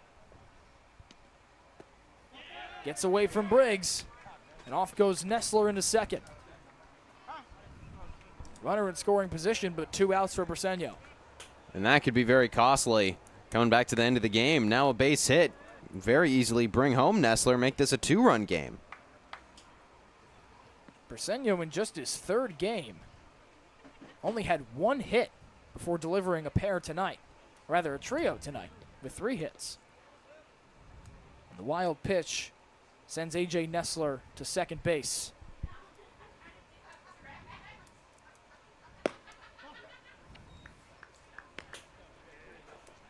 Y-D hosting the All-Star game at Red Wilson Field this upcoming Saturday. Ryan Speciak, the guy atop the bump, will be there, along with his Harbor Hawks teammates Tyler August and Ryan McKay. 2-1 payoff. Briseño was looking for the insurance. And that's the first time in a while it feels like that Speciak has found the heart of the plate. He's kind of been pitching away to Briseño, which makes sense. I mean, he's having a pretty good day. But still, like Max said, you kind of have free reign of the strike zone. I'm surprised we haven't seen him try to use it more. 2-2. Launched into center field. And back on it. He dives in front of the wall. And that brings the insurance run across. Nestler taps the dish. Armando Briseño stays hot with 2 outs in the 9th. Wow, how of a day for Briseño. That's his 3rd RBI. And that one crushed. One of the hardest parts of the ballpark to get it to that very deep part of the wall. Just over the head. Charlie Bates went running for it to the base of the wall. That's the deepest part of the ballpark to exit from, and Briseño gave it a ride. But a late jump from Bates brings a 5th run across for the Red Sox. And now a chance to do further damage for Will Gasparino.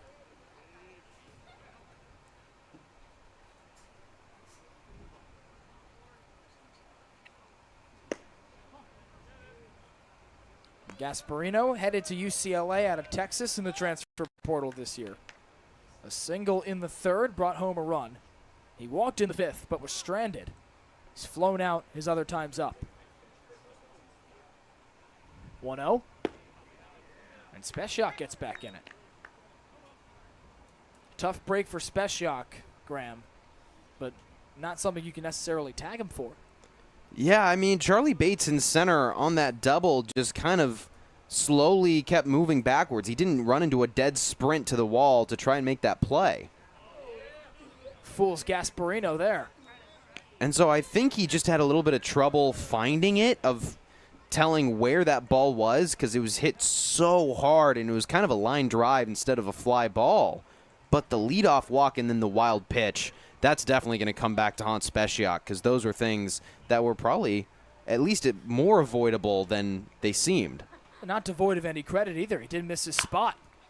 Gasparino bloops this just shy of the outfield, and Ryan McKay stops the damage right there. Y-D adds another, a 2-run game. Hyannis has its work cut out for it in the bottom of the 9th.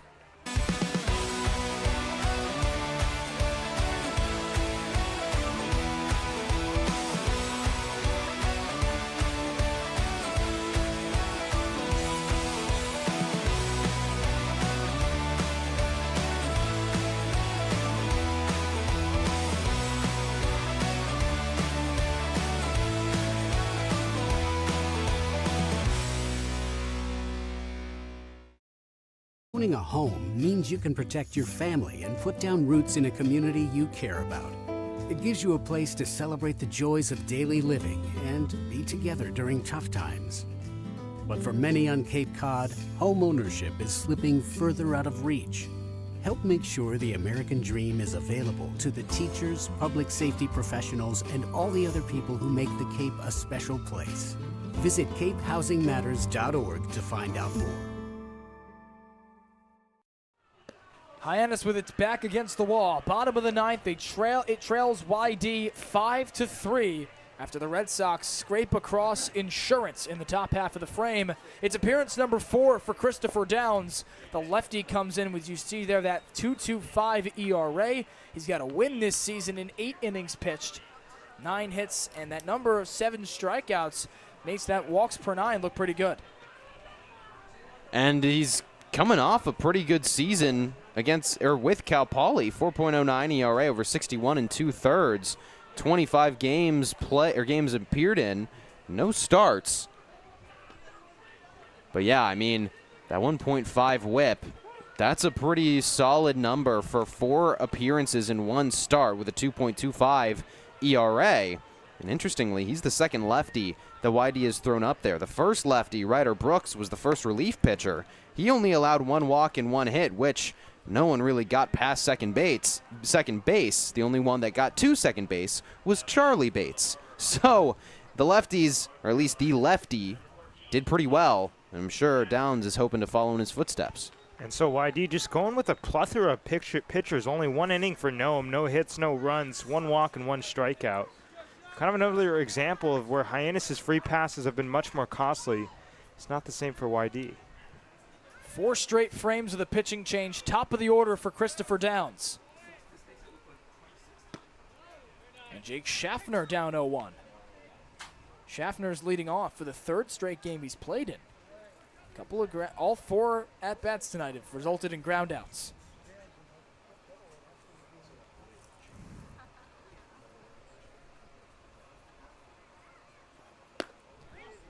Schaffner can start a rally like any of them.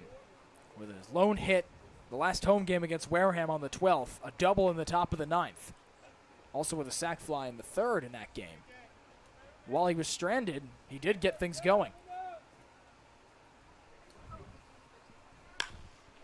Looks to do the same here. Long fly ball to Nestler in left, and it's to the base of the wall. Schaffner with repeat success. He steams around second, headed for 3rd. The throw is not in time. A leadoff triple for Jake Schaffner. And the tying run's going to come to the plate. I can't believe that he stretched that into 3.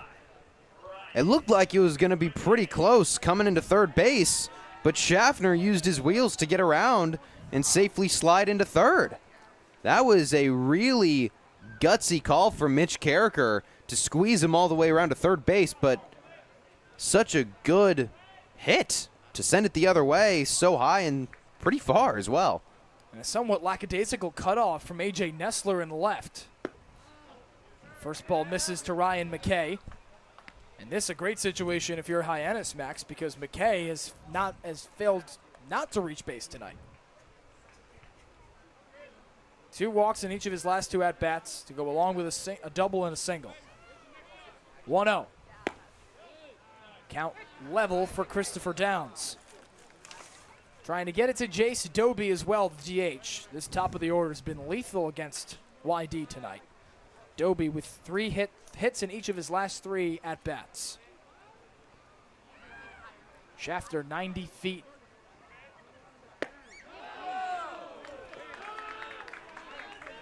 As Graham mentioned, first lefty to the plate, or to the bump rather, for Y-D, since Ryder Brooks took over for Carson Ballard after 4 2/3.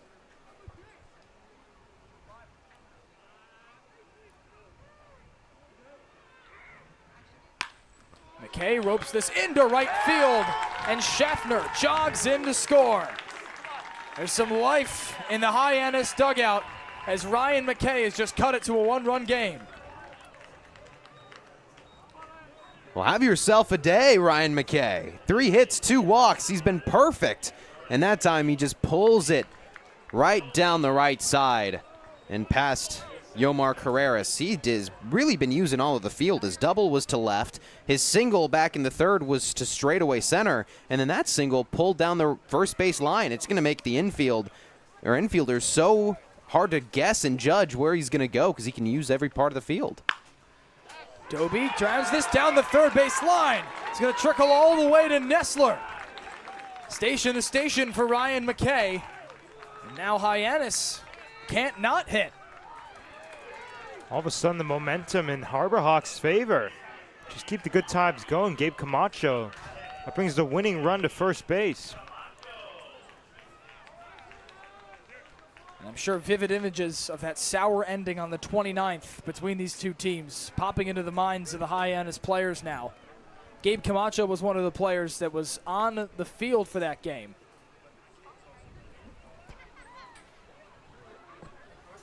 Might be seeing a bunt play. Talking to Camacho. Quick discussion with manager Mitch Carricker. Also doubles as third base coach for these Harbor Hawks. 3 straight hits here in the 9th. Jake Schaffner got it started with a triple over the head of left fielder A.J. Nestler. McKay with a single. He stands on second. And Jace Doby with a single of his own down the third base line. And a chance for Gabe Camacho to repeat his success from the first inning. Go-ahead run stands at first in Doby. Down to the risky play to try and catch McKay asleep. McKay's been picked off a couple times this season, so I'm not surprised that Downs was going to try it. It's just that throw was a little bit off, and that's when your heart starts beating a little faster. We've seen Camacho tattoo a couple of balls tonight. He goes for it here, chopped to Copian. On second for one, it hits off the head of Doby. McKay coming home. The tying run is across, it looks like, although we got a stoppage of play. Foul ball, it looks like.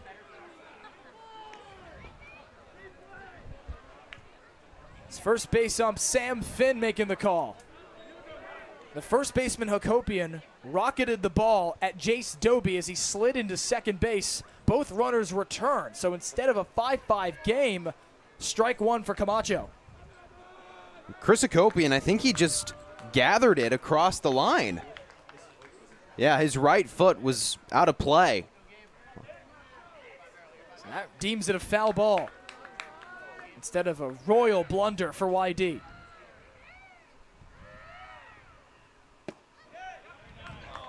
And Downs looking to take advantage. Let's take another look at that.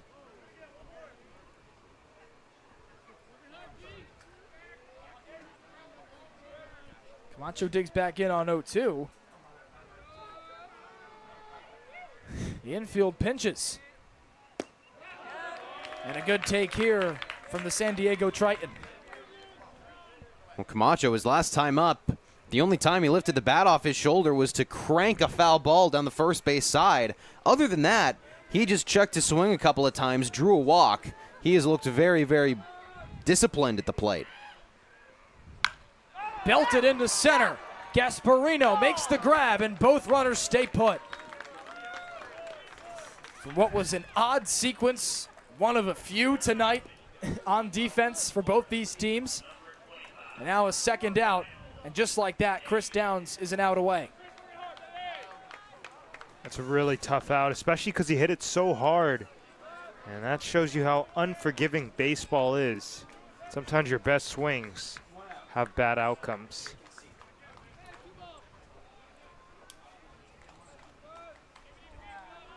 Only one out in the inning. Pardon me. Here's Miles Davis. Surprisingly, no one caught on the base paths in this inning. That's a fate that's befallen Hyannis in a couple of the frames tonight. A triple from Jake Schaffner. A single from Ryan McKay brings him home to cut the deficit to 1. Jace Doby, the DH, ropes his 4th consecutive hit as he stands on first base. Heavy infield shift to the righty.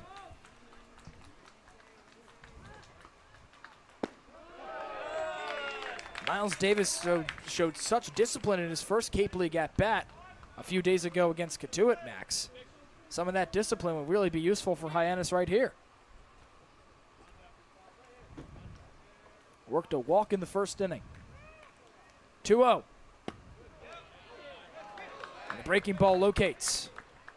That was a really big pitch because if it went to 3-0, I wouldn't be surprised if they just put him on to put a force at any base with the lefty coming up with the matchup. Chris Downs out of Cal Poly. Rising junior comes home.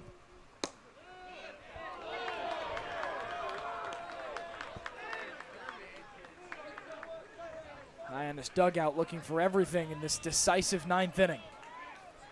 Harbor Hawks eager to tag Y-D for a walk-off, just as the Red Sox did to Hyannis on June 29th. 2-2 delivery. Similar spot for Davis, run the count full.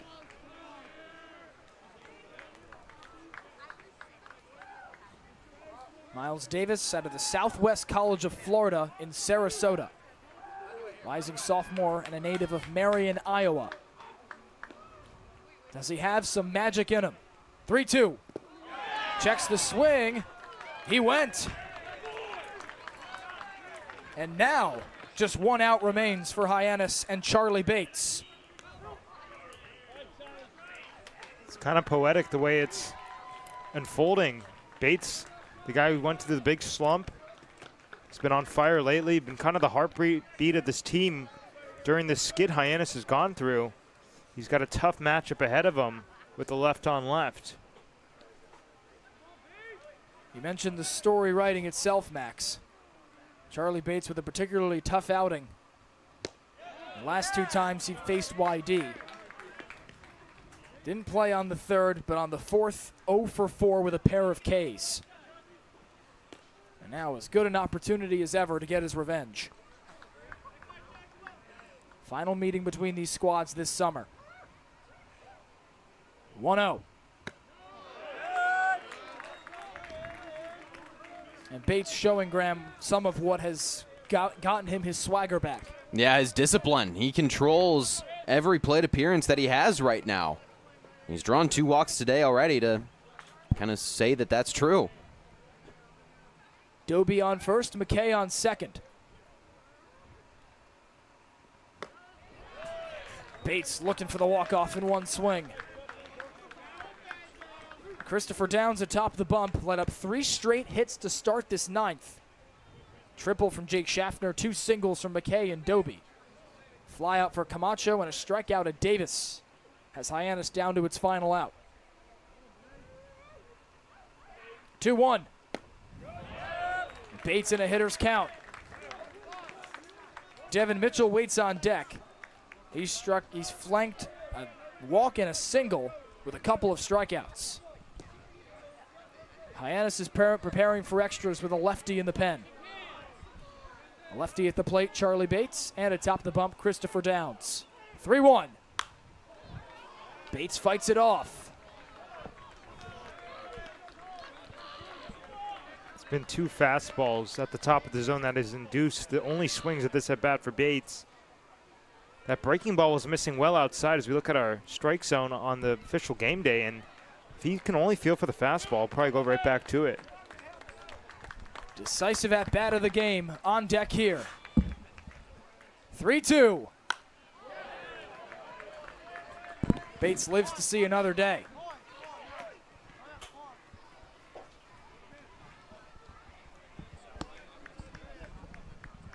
For Charlie Bates, you mentioned the resurgence. 6 straight games with a hit. He's got 2 walks and has reached on a fielder's choice tonight. So in addition to the score for Hyannis, that streak in jeopardy for Bates. California versus California. 3-2. Upstairs. Ball 4 for Charlie Bates. And Hyannis makes it interesting here in the 9th. The wheels are starting to come off for Y-D. They've got a lot of walks on the day today. That's the 9th walk of the day for Y-D. Hyannis has not really made it hurt. This is an opportunity here. Devin Mitchell with a chance to be the hero. Breaking ball loops in for Christopher Downs. Mitchell mentioned that pair of strikeouts flanking a walk and a single for the future member of the NC State Wolfpack.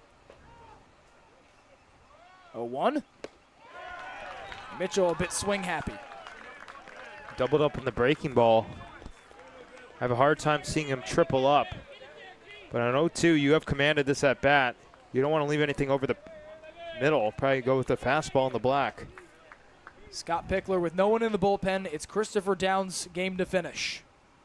Swing and a miss, strike 3. Christopher Downs strands the bases loaded to end it. A 5-4 Y-D win as the Red Sox take 3 of 4 this season from Hyannis.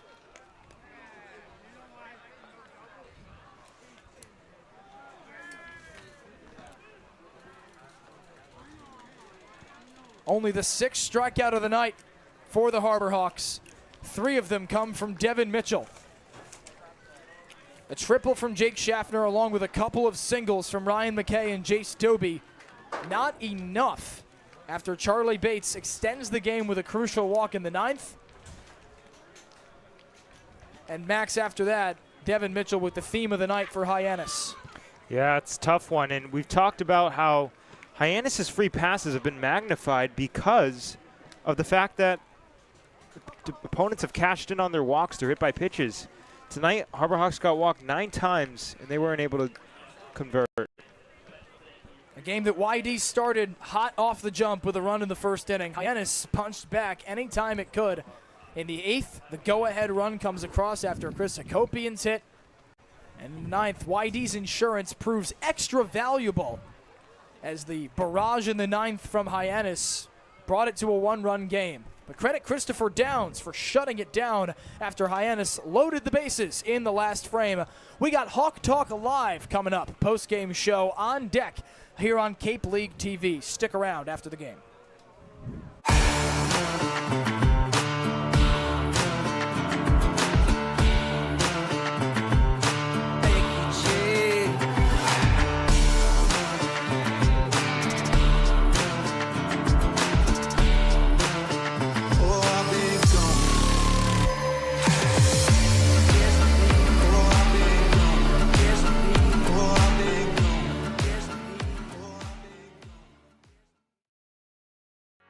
Here at the Mass State Lottery, we're known for our monster wins. But there's no bigger win than the $1 billion we provide each year to support all 351 cities and towns in Massachusetts. In our game, we know that supporting local businesses and helping communities is how we all win. Because at the lottery, we're all playing for the home team. The Mass State Lottery. Welcome to the state of winning.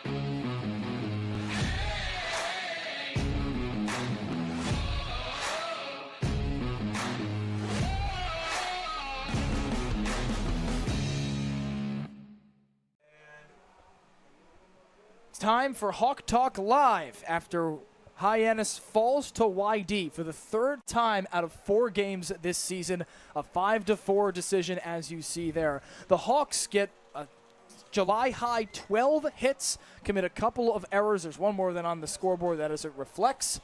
And for the Harbor Hawks in this game, it's another decisive inning that fails to scrape any more runs across in the 9th. Giovanni Collada and Max Schwartzberg here. We're standing by as manager Mitch Carricker will speak with Graham Nash in just a moment. And Max, in this game, time and time again, we sound like broken records. Free passes have typically marred Hyannis, and it's still a team that hits very well. It just seems like the opponents scrape runs across when it matters. And now we'll send it down to the field where Graham Nash is with Mitch Carricker. All right, thanks so much, Gio. Coach, another really close one-run loss to this Y-D team. What emotions are you feeling right now? Actually, I'm kind of pleased with our guys. I felt like it was the effort was a little bit better tonight. Showing some fight there in the 9th was really good to see. Obviously, some new guys getting some opportunities, and Jace did a great job, I think, with 4 hits tonight. And so pitching staff did a nice job. They just executed when we didn't, and that's kind of the way it goes. 6 hits for the Hyannis bats through the first 3 innings, a real explosion at the start. Is that kind of what you're looking for, a little bit more at the front end to lead to more in the middle and back? Well, I mean, I think we're looking for consistency throughout, right? We would like to get hits all game long, but this game's hard. But I think for the most part, our approach is better. We put some good swings on balls. Tip your hat, they made some good plays. We put some good swings on balls, and unfortunately, it just didn't go our way tonight. The West Division is really crunched right now. No one really separating. Before the All-Star break, what are you hoping to see from this team, especially against West Division opponents? Yeah, I know I've said it a bunch, but just consistency. Consistency in all phases, the way we play catch on defense, the way we throw the ball on the mound, on our bats, and then obviously in our base running needs to get a little bit better. So I think we're heading in the right direction. We just got a little bit ways to go. Thanks so much, Coach. Thank you. Guys. Thanks, guys. Coach. Appreciate it.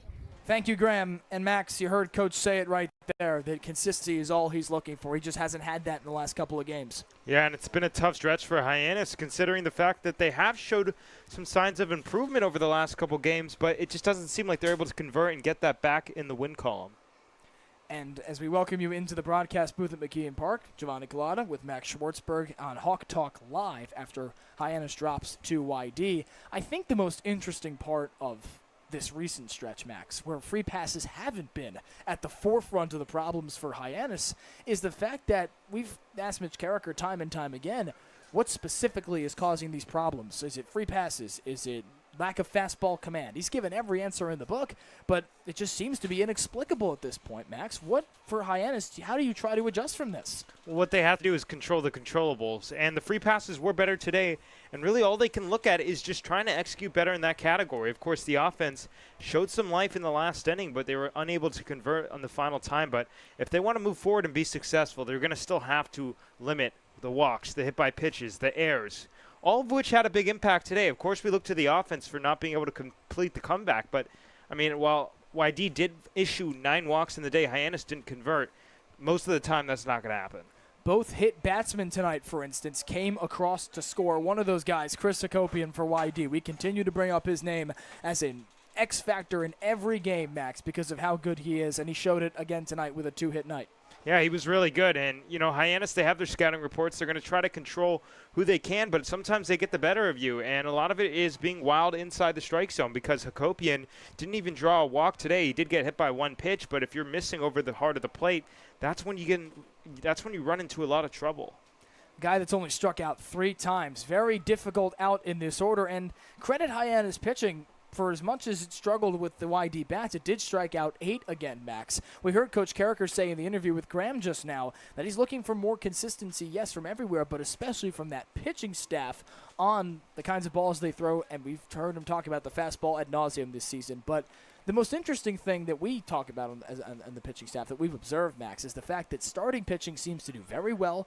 Bullpen pitching has not held up in the month of July.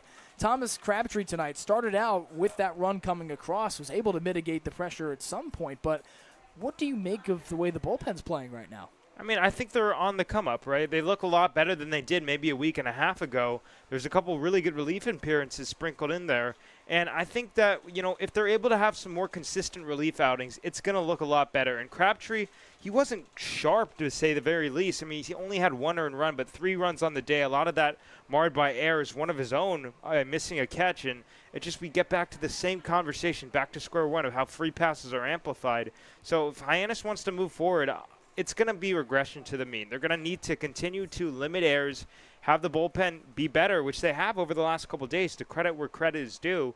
But it's just really frustrating when nothing seems to be working in terms of the win category. We talked at length before the game, Max, that newcomers were everywhere in this lineup. You had a couple new guys activated just yesterday making their debuts tonight. How do you think the new faces fared for Hyannis? Well, I think Jace Doobie was phenomenal. I mean, just looking at the scorebook, a walk, a single, a single, a single, a single. 4 for 4 with a walk. He looked really good. And, of course, a couple nice defensive plays as well from Miles Davis. So the new guys are making impacts. And, of course, it's that time of the summer. Guys go out, guys come in. Mitch Carricker is going to be looking for contributions anywhere he can get them. And on any given night, of course, you'd wish it was this night because Devin Mitchell, of course, striking out to end the game. And again, it's just so frustrating, right? You walk 9 times at the plate. You're not able to score more than 4 runs.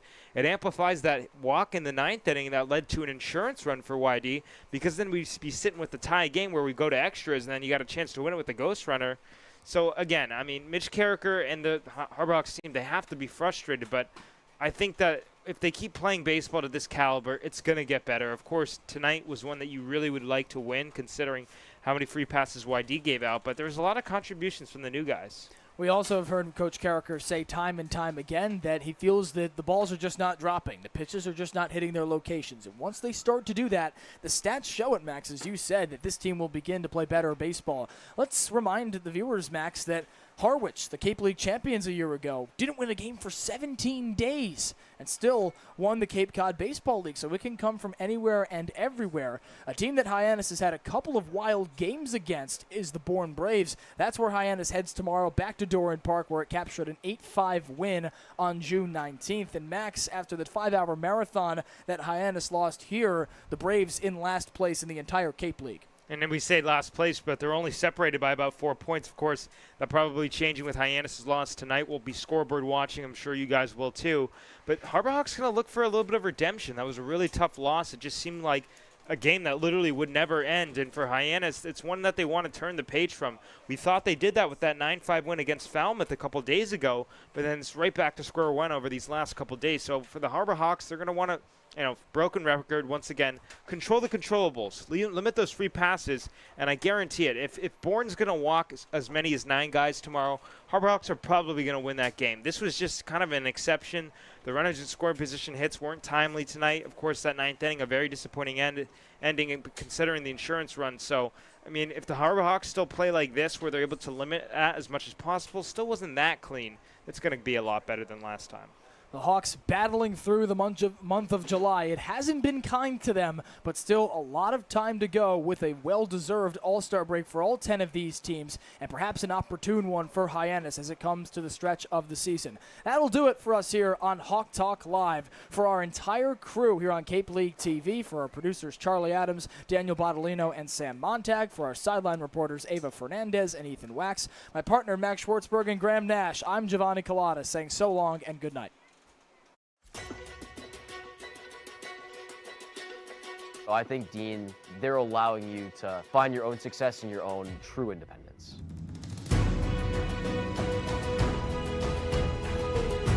Dean is a whole group of all different kinds of people and communities. Since I've come to Dean, I've learned a lot of time management skills. Our community is especially tight-knit, and the majority of our students live on campus. And you are guaranteed 4 years of housing while you attend Dean.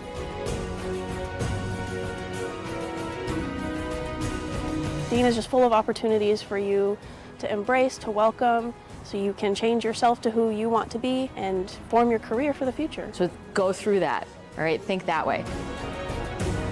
Be a bulldog. Have a bulldog mentality in everything you do in life, whether you're playing sports or in the classroom or just socializing around campus.